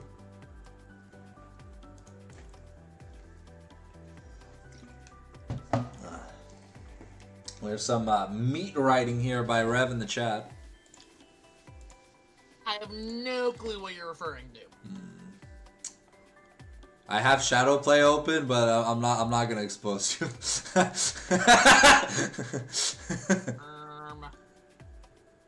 Alright, I'm very interested to see what we get from Final Boss this time around. Yeah. In terms of draft, like beforehand, when back when they were on, what was it, red side, when they had the really bad draft. Game 1, yeah. Yeah. Okay. Now that a lot of these pro picks are gone, I'm very interested to see like kind of what they pivot towards. They no longer have that Vi Ari combo to kind of base off of. But now you have Azir's and Zhao. Truth nuke. You get rid of one mid jungle pairing, you get the next one.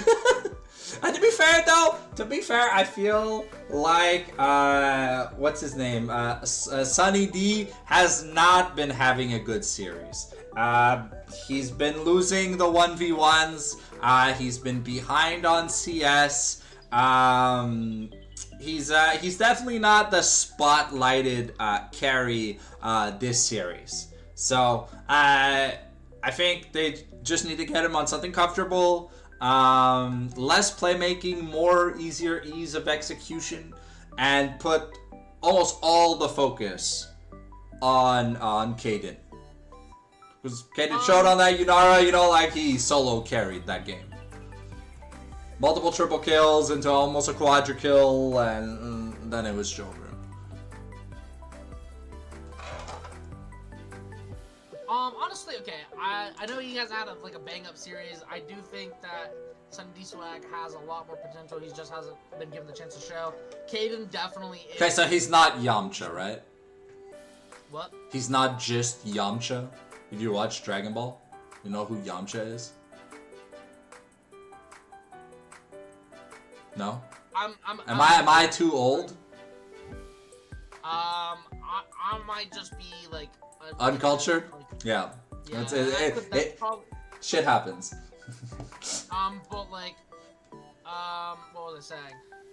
I can't remember that. You say He's definitely been like the player to watch this series. And like, game one, obviously he's kind of left to drown on an island because of some questionable Pantheon roams. But game two, he definitely showed like why he is like Himothy. Excited to see him more. Himothy, I've never heard that one before. Yeah. I'm excited to see where he goes in this upcoming game. Okay, I know. I'm looking forward to seeing what he can do. Ooh, there's feedbacks on the Apex ranked follow-up from Feroxon. Okay, so while we wait on this this draft to start, let me just read it real quick.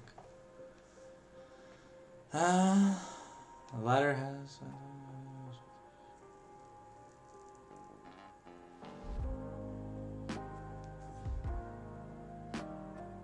Okay, so what are they gonna do about it? Jesus Christ, this post is so long.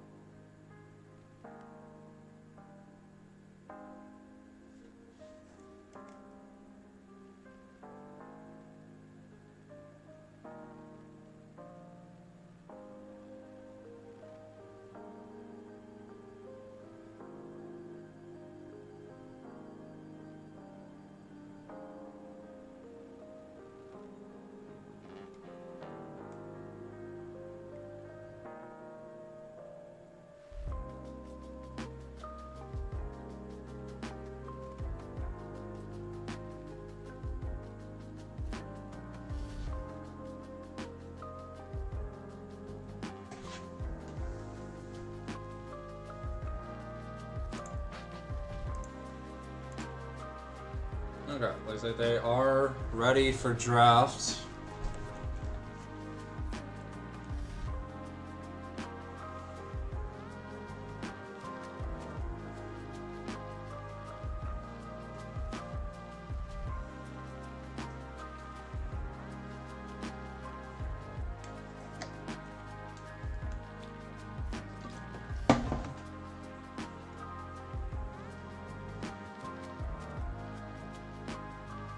You can give the ready if you need to. Oh yeah, that's my bad. Good to go.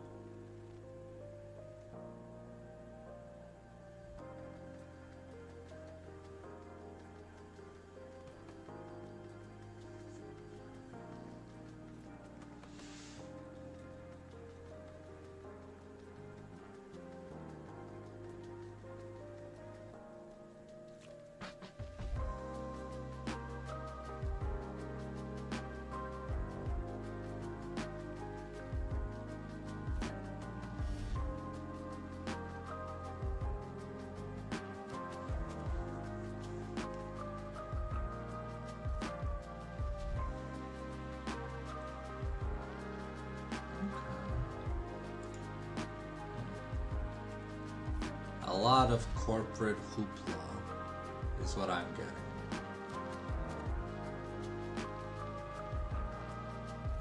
Sorry, folks. Right now we're just waiting for the draft to start. I believe there's a bit of a delay on the side of Final Boss.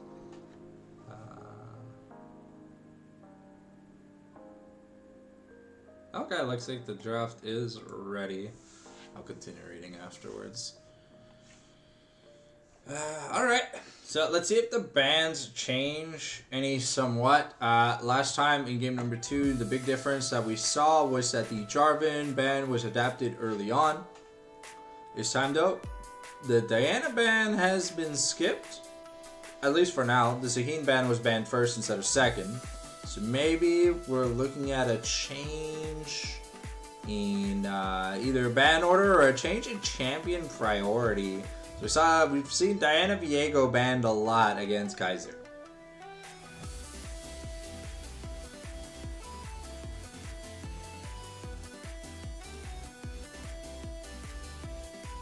Here comes the Diana ban. Okay. So Surely. My bad. yeah, if we see the Jarvan ban here from Deathstar, I imagine we're expecting the same 6 first bans. And I wonder what Deathstar have in mind here to go for. Because they are blue side, right? So they do not need to ban the Jarvan if they want to be able to use it. Because they picked the Vi, so it means they know how to play the Jarvan. So, see here. Okay, it is the ASOL ban, so that means it puts pressure on the Lightning to ban the Jarvan. If they don't want to face it, because it's probably going to be stolen R1 on B1.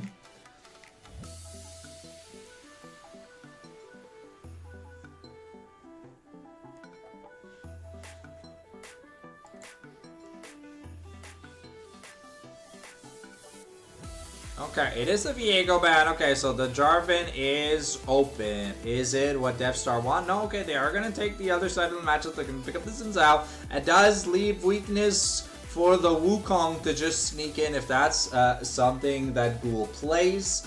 We saw a lot of top lane priority early, though, for Lightning in Game 2. Okay, the Jarvan is picked up, so the jungle matchup is set. Now, the question is, are we picking up the AD? Or what are we picking up with this J4? Because there's a lot of things that work well with this J4. But are we blind picking it, or are we just slamming something? Sorry, go ahead. If I were Lightning, I'd be looking to find something to like follow up with the J4 engage. Having the J4 ult is amazing. If you don't have anything to do with the J4 ult, it does make the game a tad bit harder than it should be. But maybe we're gonna see like the Rise, the Anivia, the Azir. Maybe come out here. Okay. Karma is definitely a safe enchanter pick, but it doesn't really reveal what AD carry we want to play. I mean, it does kind of lean towards more the Jhin or the Ezreal side of champion picks. I mean, the technically Caitlyn Karma is a thing, but that was when Karma built like Mandate Malignance, just to have that good burst. She kind of got replaced by Nico, to be fair, for the Caitlyn matchup. Oh, the Poppy though. Is this Poppy top or Poppy support? Poppy support, right? If it's Poppy support, I fear the game is doomed. Yeah, Poppy into Karma already, not a fun matchup. I mean, it does cuck Jarvan out for all the team fights that are concerned, and you do have the Keeper's Verdict. Support Poppy is a lot more poor. Okay, so it's okay. It looks like we're drafting Skirmish. Heavy. We have the Aurora, the Xin Zhao, the Poppy champions that have very low cooldowns, decent burst damage. The Jinx Karma, okay. You kind of glazed up the Jhin, but yeah, Jhin versus Xin Zhao, Poppy, Aurora sounds like a nightmare. I do like the Jinx. You know, you can go Hex Optics, you can slowly scale, and to be fair, Lightning, if they get a single reset, these champions aren't necessarily that tanky. To get a single reset on the Jinx with Hex Optics, you're going to the moon. I'm not gonna lie, I don't fully understand the Olaf ban here. So the thing is, the reason why there's an Olaf ban is very often there are comps that do not have the Olaf answer button, and Olaf in the mid game, if he sees an AD carry and there's no way for you to stop him, that AD carry or that immobile mage is instantly dead. Well, the issue with that like line of thought though is that Lightning has the Olaf counter. What? They have the J4 ults that kind of make it to where Olaf is less effective. I mean, Olaf takes flash goes. That's fair. And you can't knock him up. No, my bad. I was not aware. He's CC immune for like 6 seconds. And more if he auto attacks. The Singed band I find is pretty interesting. I don't know if it's something that Spoobert is known for. Singed Urgot bands. Now those are some whippo ass bands if I've ever seen some. But Darius feels, yeah, I like the Anivia here. You know, Aurora short range, Poppy melee, Zinzao melee. And you know what's great about J4 Anivia? It's the meme, you know, I'm Jarvan, I'm helping. Everyone's dying in a frozen storm. And they're starting to like, let me out! Let me out! It's just, no one's able to escape. Oh, okay, never mind. It's gonna be the Cassante. So we're showing our hand a little bit. Unsure if this Aurora is actually mid. Because it could still be a flex, to be fair. It is a carry AP pick that does absolutely dumpster a lot of picks, but we're securing consistent, a reliable tank and a solution to the enemy AD carry should there be need with the Cassante pick. Okay, oh, I love the Garen here, but Captain Rex has to show us more than he's shown. He's gotta win this matchup. Because it is really good in Cassante. You silence him, he can't play the game. Oh! Honestly, The Twitch? Hey, yo. Okay? Nah. I'm not believing it until it's locked in. Nah, yeah, okay, I knew it was a Tristana. You see the J4, you definitely won't want to be immobile against it. Oh, okay. Yeah. Because I was like, the J4, if the Sivir was open or whatever, right, the J4 is the best answer to the likes of Sivir. You really don't want an immobile AD carry who has to flash away from J4. You want a carry that can just buffer J4, if anything. I like the Azir here. I like it almost as much as I like the Anivia.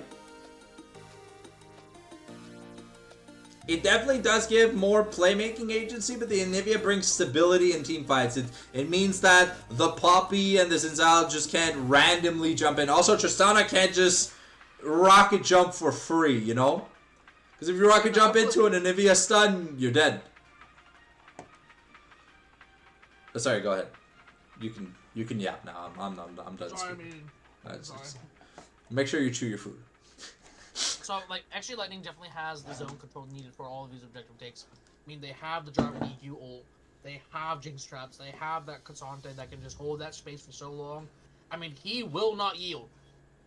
And then Anivia wall plus ult definitely is going to make it hard. If Deathstar is not already in the area, I see it very difficult for them to just try to taking any space in this team. They don't have a lot of ways to start a fight outside of that, you know, Zinzao, you know, going in, pop an ult. Even then, this is a team that wants to be played into. And unfortunately, if Lightning gets control of, like, any spaces, like Dragon Pit, Baron Pit, it's going to be a nightmare for Deathstar to take, unless they're already turbo ahead. Yeah. They do have the, like, alternate win con of having Garen on the sidelines. I'm kind of hoping that they do prioritize that early grubs in order to, like, make Garen side lane a valid win con. In its own right, maybe draw Cassante away from the lot, take the fight, and then make it a bit easier. Fortunately, we're gonna have to see how the game plays out before that happens.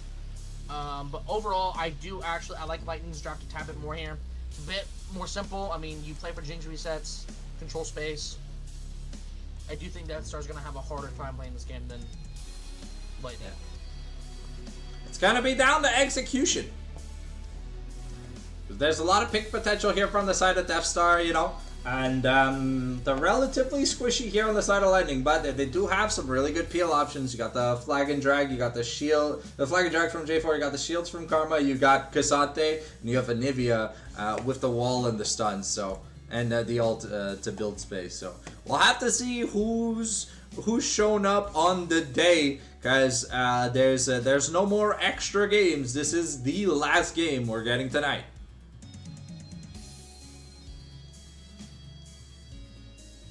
Yeah, honestly, it's all gonna come to, like, all eyes are gonna have to be in bot lane. I don't think top lane, in the grand scheme of things, is gonna matter a whole lot in terms of, like, it's Cassante v Garen.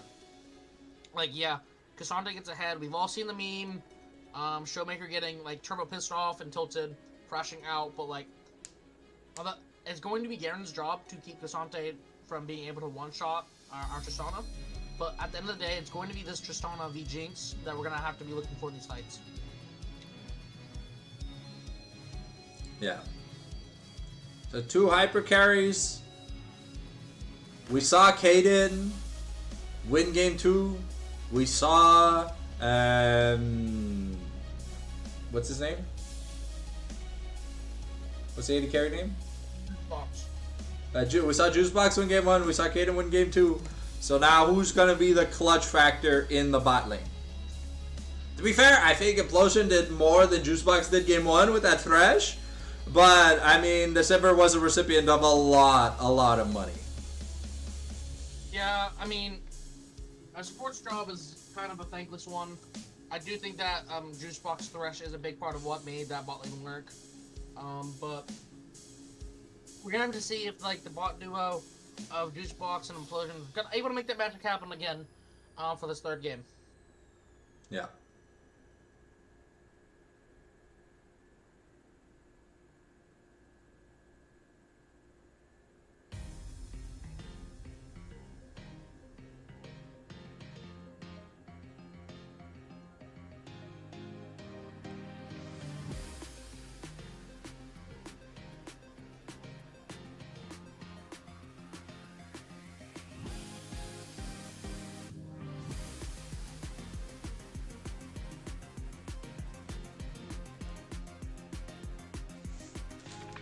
Alright, so we're about to get into the spec delay for the final game of the night. Make sure you got yourself a drink, you got yourself a snack, and head to the washroom if you have to, because these games have definitely been very, very bloody.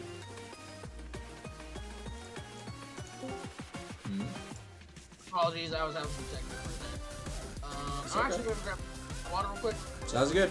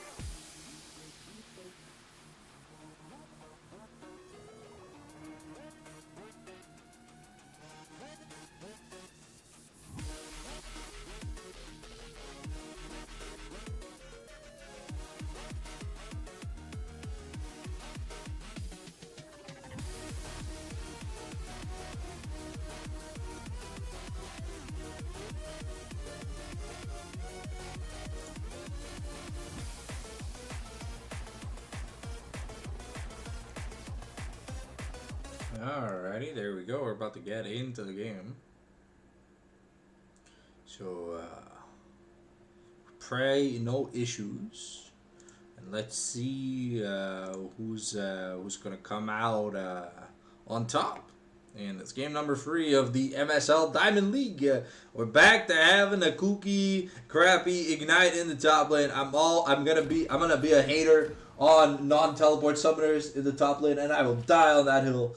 But yeah, double defensive start here in the top lane. It's blue versus green in the jungle, and we're seeing the tier start here. Oh no, okay, never mind. Standard mid lane starts. It's double electrocute. Double barrier, double lethal tempo, Hail of Blades Poppy. So Death looking to get really aggressive early. So, I am gonna say this. I do think that the ignite from the Garen's kind of Oh yeah. Well, when you're playing a lane that needs to push a tank in, you need it. But we saw what happened with the Ribbons. I'm a little scared. I mean, I will say this: Captain Ratchet's laning. The mid game kind of fell apart, but his laning was very solid. He was able to get that early lead. So maybe he's going to be able to. Ooh, okay, the stun into the wall implosion already forced a flash here. Definitely gonna look for a repeat or maybe an early gank here from Oh My on this Xin Zhao. So I am. Oh. Okay. Okay, the flash here from Def. The Ignite comes down already. And it is Exhaust, not Heal in the bot lane here for Implosion. I am sorry to do this. I do have to go. Thank you so much, guys, for having me on. And go final boss, okay? It's a pleasure. Thanks for coming, Max. Alright. Well, now it's just us. I hope you like the sound of my voice. Because it's all you're getting. Okay, we're going to dash onto a minion to Q. Okay, the Ignite, the Exhaust coming down, but Def able to just walk away. On va pas la game? What do you mean on va pas la game? Oh. There we go. My bad. Thank you, Stardust. Sorry, it's game 3 of the MSL Diamond League. It's XG Lightning versus final boss Deathstar. Some pretty interesting games so far. But yeah, thanks for letting me know.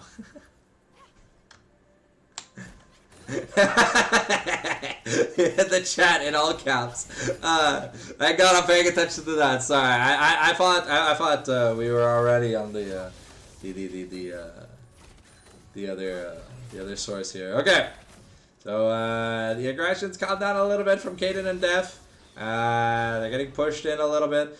Sunny D, though, having a little bit of fun here in this mid lane. A little bit of a better early game than he's had before. Finally has a CS lead. So we're going to see recall. Oh, okay, we see Xin Zhao here. Okay, the silence here on to Spoobert. Okay, Pathfinder. Okay, then the TOEFL 3 is going to miss. Oh, okay. The Ignite not going to be used just yet. All My here looking maybe for something, but it looks like instead, yeah, no, it's just going to be the teleport here back into the top lane. We're going to look to get some action on the Captain Rex. And keep in mind, the silence is deadly versus Cassante. He definitely needs to be able to use. Yeah, it's a best of 3. This is game number 3. I'm not doing 3 best of 5s in 24 hours. Okay, the Ignite. Oh, okay. Captain Rex just getting melted. The grass proc here from Spoobert was too much. J4 tried. Oh, okay. Kaden could be in trouble. The rocket jump here available, but definitely getting punished by the Poppy roam once again. We're getting flashbacks from game number 1, ladies and gentlemen. We've seen it all before. Juicebox building a lead. But this time, though, Sunny D is ahead in the mid lane. So we're going to have to see if it lasts. But so far, this Aurora matchup, I mean, it's 2 Antoms and a Doran's Ring to a Tier and a Doran. So Sunny D definitely has the tempo advantage. here. Oh, okay. We're going to get the Hex Flash here from Def. Looking to find Juicebox to stun into the wall here. We get the Rocket Jump onto Juicebox. He still has the Flash available. Going to flash away. Kaden could be in trouble now. The turret plate goes over. Oh, okay. And we're going to pop the egg passive. And Endure, though, has to be very careful here. Okay, Captain Rex looking, still has the Ignite in double 3. Ooh, okay, we're going in. We're looking for the play. Sunny D gets the solo kill. There was no egg, no way to survive. Okay, and now Def could be in a bit of trouble. Is rather low. Ooh, okay, we do miss that cannon minion. Wow. She's gonna go to town. So what is this? This is Luden's Echo? Wow. I'm assuming Mr. Mid Lane main, right, Stardust? Okay, the silence here onto Spoobird. Cassante has triple cloth. Ooh, that's a lot of armor here for early in the game.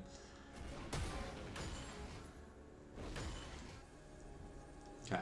See, the recall is a BF sword to a call. That is very... real Awawas go Storm Surge. Okay, well, I guess he's not a real Awawa. Okay, it's a good chunk, but Anivia down 20 CS does hurt. Spoobird has to be careful. The Demacia plus... Oh, okay, we got the free Talent Strike. We're going to use the Flash Implosion here. We're going to get jumped on. Death flashes over the wall. Uses his real Flash this time, but J4 going to flag and drag away. Sunny D had also made the roam here, so it looks like it's gonna be Dragon Prile here for the side of no, okay. I thought it was gonna be an early dragon here for final boss. Okay, Juicebox could be in trouble, and no flash here. And the boom boom kaboom, another kill here onto this Tristana. Already had the BF sword. Already looking fantastic. Captain Rex.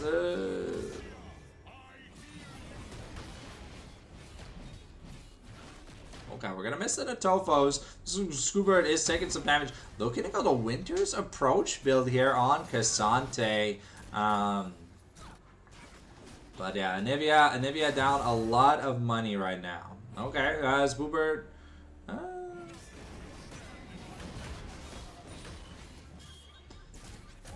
There's definitely some zone being built. Okay, Kaden has the Buster Shot. Gonna Buster Shot away into the root though. But Kaden is in trouble here.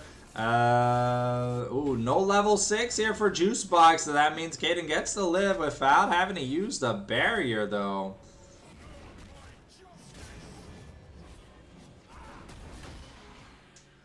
And so the mid lane zone control though is still active here. Ooh, okay.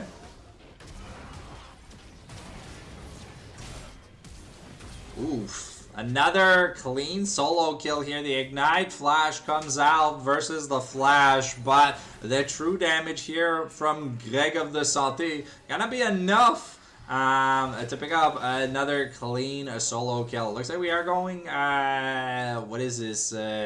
Experimental Hexblade? No, Stridebreaker. Yeah, sorry. Oh, okay. Between Worlds gotta be popped here. Aurora really wants to get the proc back. Def is gonna pick up the kill here on Ghoul. And Dragon secured here for the side of Deathstar. Okay, Aurora still has full mana. Gotta miss the Q, but the weirding comes into place here to do a little bit of damage on the back shot. We have a BF sword now here on the Jinx though. But the money, 2k lead here. The gold lead top is kind of answered by a gold lead in the mid lane. Okay. Def gonna be able to get away. Does have the red buff. So he's a sneaky little puppy.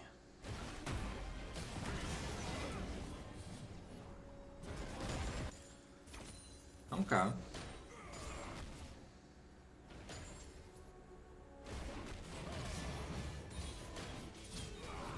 Okay, Garen moving fast enough to just dodge a lot of the... Oh, okay, Implosion could be in trouble. Gonna get slowed down. And here comes the big explosive charge here. Spoobird definitely using his DPS advantage here.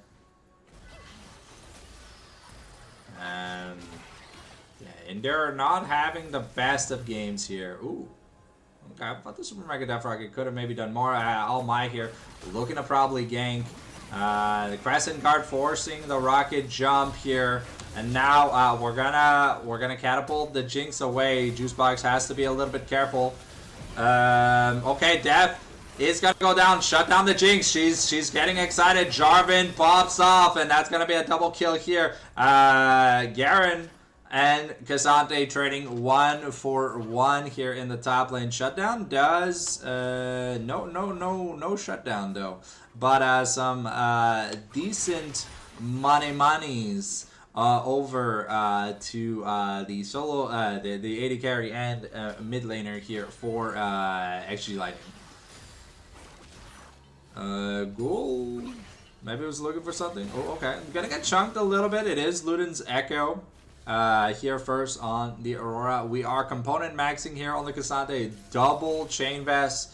I think we saw this in LCS finals. It looked kind of funny. Rod of Ages finish here for Anivia does buy her a lot of safety. Does give her that sustain for HP if she ever takes a bad trade with Sunny D. And we already see that the tier is halfway charged. Mertrad's first item here for Bobby. It looks like we're going... Sundered, is it Sundered Sky Poppy first item? Ooh, okay.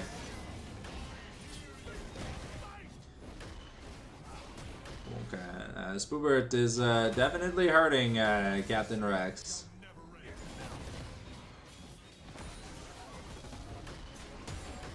Okay.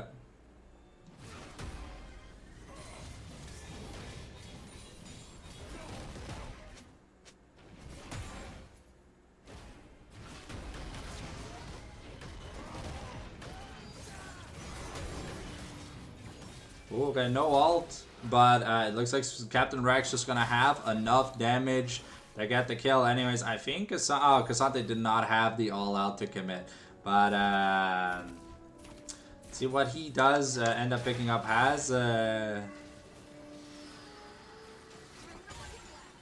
Has 500 gold here. A little bit of plating here. Gonna go over to Captain Rex. Probably hoping to finish his Strike Breaker as soon as he can. We got the teleport here though from Spoobert. So it's probably gonna be coming in. It comes in on the wave here to try and stop the proxy attempt. Sunny D has upgraded his Jordans. And is gonna look to take a reset. It's a... Ooh.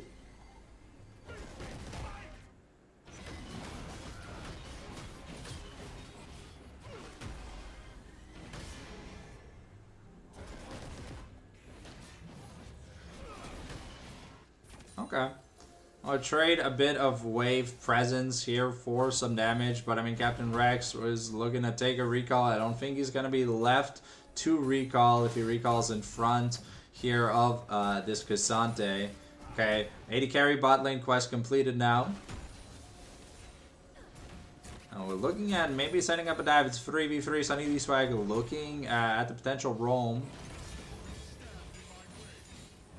Okay, Captain Rex should be able to get his reset now. It's an Ocean Dragon here, second dragon of the game. Ghoul is here, but we got the Keeper's Verdict. We're looking to channel it. We're gonna get Ghoul out of the pit, and normally that should be enough. Okay, the flash here from All My. Implosion could be in trouble, but we get the flash here from Def to get the stun into the wall. Juicebox now in danger, but okay. Def gonna pick up that kill here. Nonetheless, it's a 2-4-0 right now. Ender Soul gonna be in trouble even with the egg passive. It's not gonna be enough.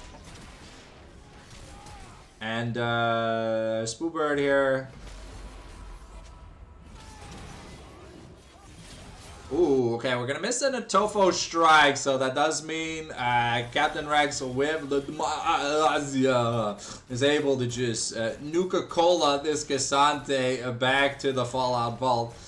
We almost have an item here from both sides of the top lane. Looking at it, I think we want to go that Iceborne Gauntlet, Stridebreaker. Now we're going. I'm pretty sure it's gonna be Phantom Dancer or Mortal Reminder. I think it might be more. I think it might be Phantom Dancer first, Mortal Reminder after.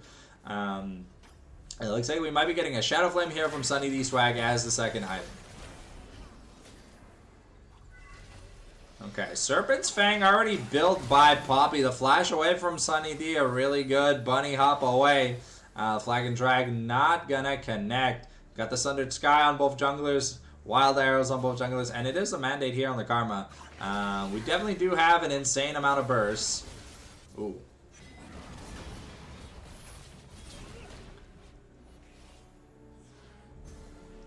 Okay.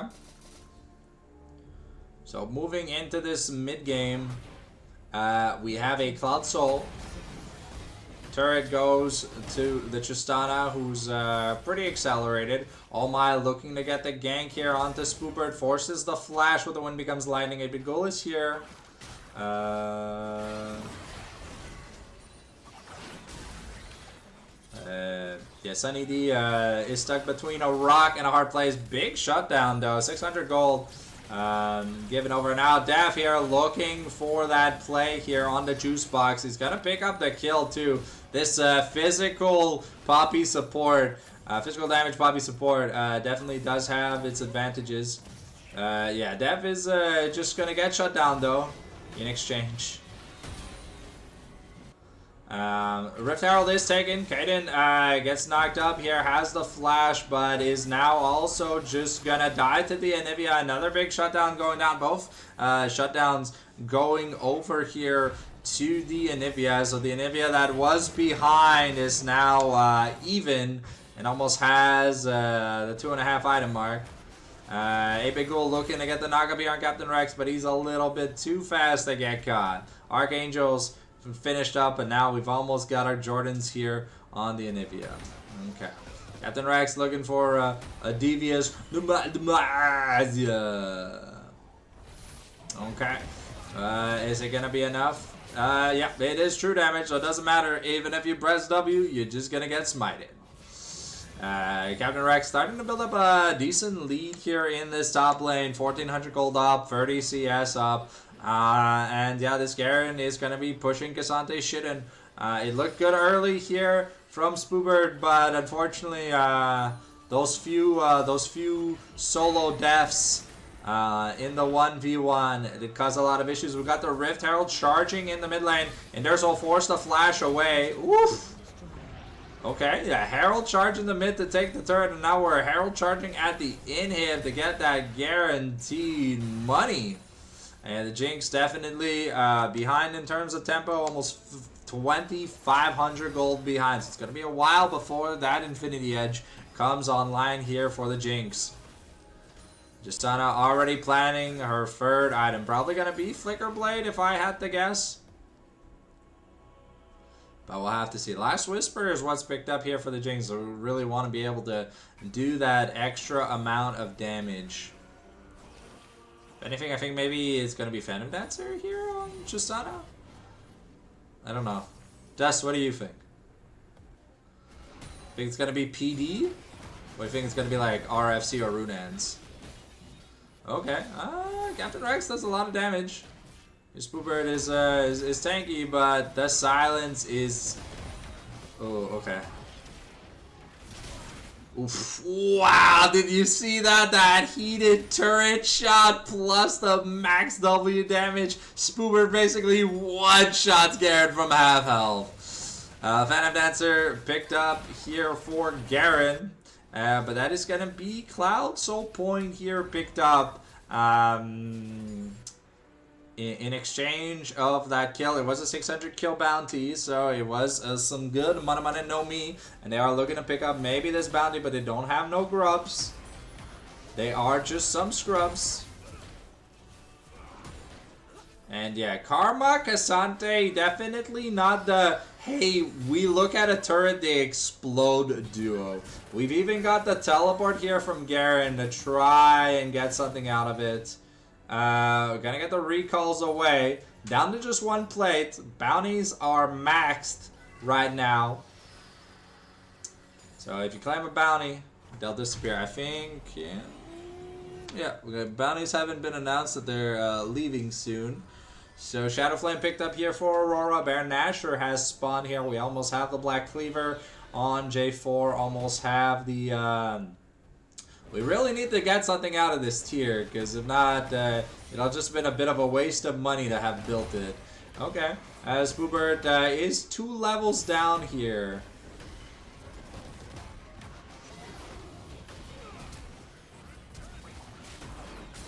Okay, Captain Rex having used his flash, now stuck between a rock and a hard place, and the Tofo strike is actually going to kick him out of the Jarvan ultimate, but it doesn't really matter. The all-out was saved, but it was flash for flash in the top lane. Now we're going to look to get that top lane bounty here on the Cassante, and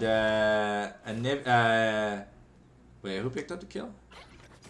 I think, was it Cassante or was it Anivia? I think it was Cassante that just picked up the kill. Yeah, it was Cassante. And now objective bounty, another, oh, okay. Maybe Cassante in a bit of trouble here. Oh, okay, we're gonna miss. Oh, okay. The Sunny D Strike has enough damage. Cassante was a little bit low. The Ignite was available anyways, if anything, but some good money going over here to the Aurora. The Jack Show now finish.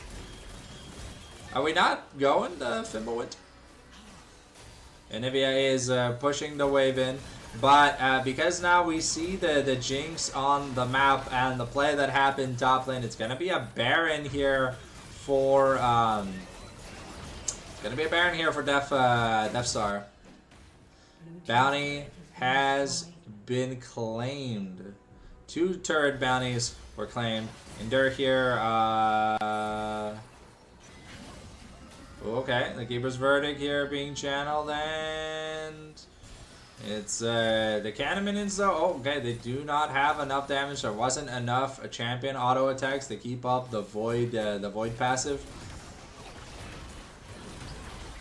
Ooh, Spoobert is taking so much damage from Kaden because I don't know why. It's only 70% crit. But I guess it's just not firing hard enough here. We're now maybe looking to get a Randuin's here on the J4. But I got some kind of armor. Leandri's on its way here for Anivia. The wave clear is fantastic though. But it is a little bit hard for Spoobert to hold Captain Rex at bay. The level 16 here on the Garen. The ult does an insane amount of damage. Solo kills are very, very possible. It's just a delay, the usefulness of the Baron. Baron is going to time out soon, though. Ghoul here in the bush, just waiting, seeing if he can make something happen. LDR second here on the Jinx. No real tank, though, on the side of Deathstar. But we're still looking to just get the maximum amount of damage. Get those resets as fast as we can in the team fight, because the Jinx does pop off, then it looks really good. And if there's no threat for Endure, like the Anivia does a lot of damage. Okay, we're grouping mid. It's ARAM time because it's Cloud Soul here in 40 seconds, and they definitely can't afford to just give up Cloud Soul. It is a Garen's and yeah, the 5 champions that love abusing their ultimates. Okay, we've got the Flicker Blade here already. Noon Quiver coming in soon. And Kaden. Ooh, okay. And that's going to be the W buffered by the Jarvan Flash, so the knockup connects regardless. Fantastic. That means Garen gets access to the bot turret here. Okay. It's a 5v4. Spoobert doesn't have any magic resist. Garen's looking to Garen still has Baron buff, so okay. We're challenging J4. Bounty has been claimed here. Okay, J4 gets out with his life, but Garen picks up 2 turrets here.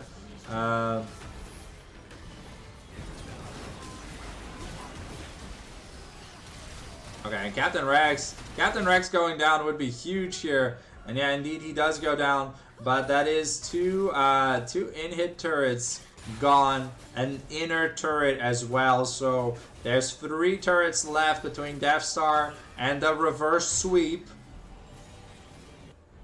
and the defeat of XG Lightning. I really don't know why do we just hold on to a tier?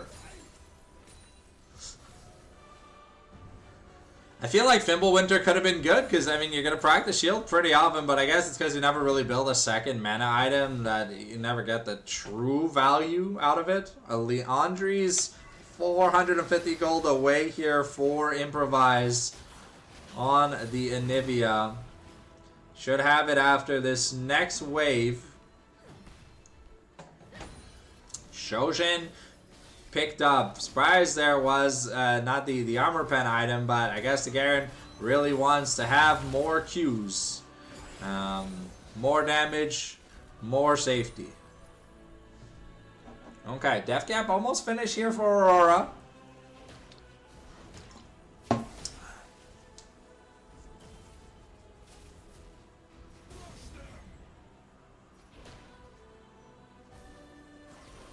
Clearing out vision around topside for Lightning and Deathstar. We're looking to get something done. But right now, there's Baron in a minute.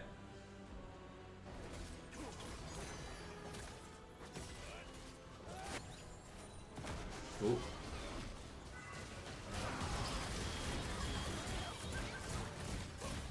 Yeah, I don't... That was a weird play. I think if the stun had landed, I think I would have committed.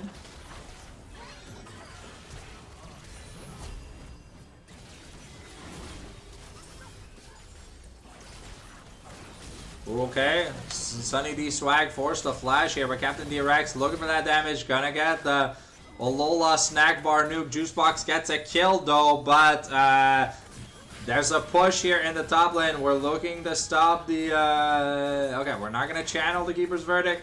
We're just going to channel it all the way so it goes back on cooldown. The shorter cooldown. But that is the last inhib turret taken.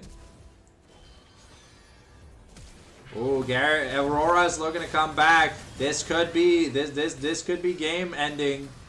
Spoobert looking for an angle.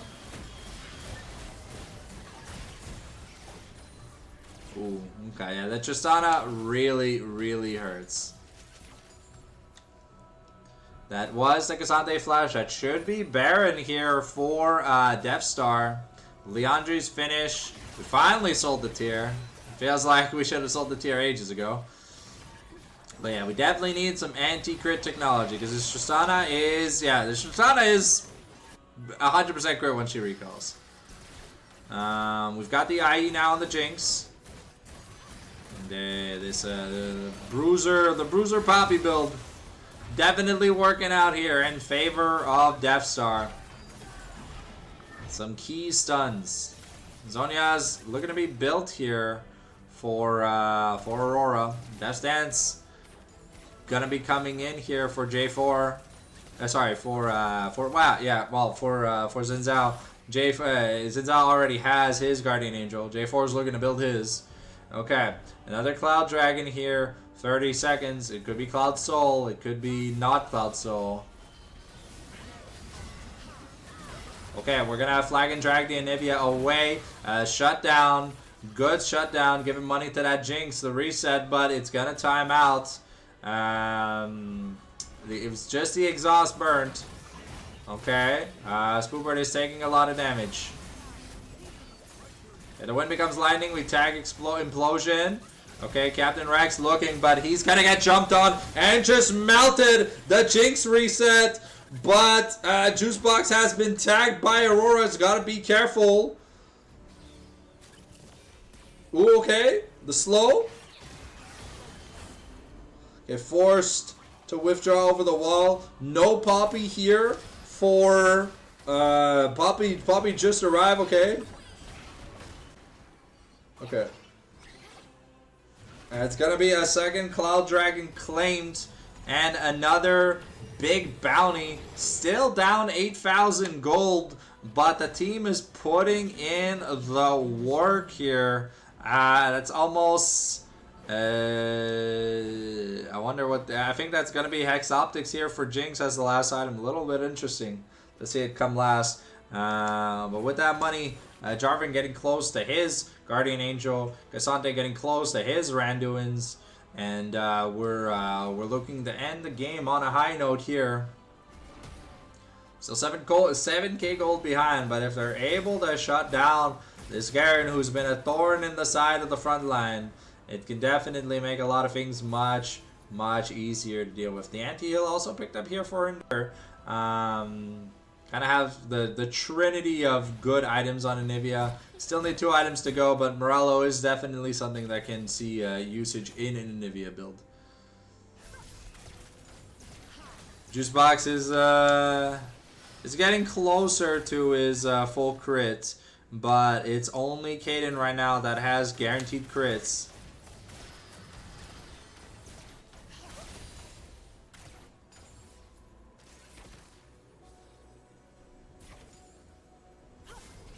Okay. A fight on divided fronts. Kaden is joining Captain Rex. We're looking to get a push in. Ooh, okay. We took an inhib though. There are minions on the Nexus third. Implosion forced to flash away. So now that's going to be a problem. Triple inhibs are down. There's no Baron to siege with. Okay, we're looking to start chipping away at some turret damage.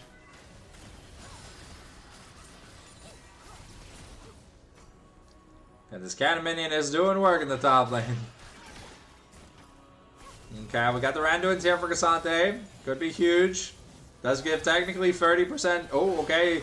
Juicebox getting jumped on by Almai. We got the Keeper's Verdict, but we're right next to the base. The Cataclysm not gonna render. Okay, and it's a 1-for-0 right now. But Def is super low. The Deathstar looking. They just want to end the game. The Nexus is open.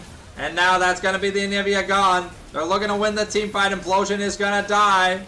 And that's going to be the end of the game, ladies and gentlemen. Beautiful team fighting here from Final Boss Deathstar to clinch the win in their weekly game in the MSL Diamond League against XG Lightning. Thank you guys for watching, and we'll catch you guys on the flip side if there's more to come at a later date. Before I leave for Japan, take care, guys, and have a good night. Bye for now.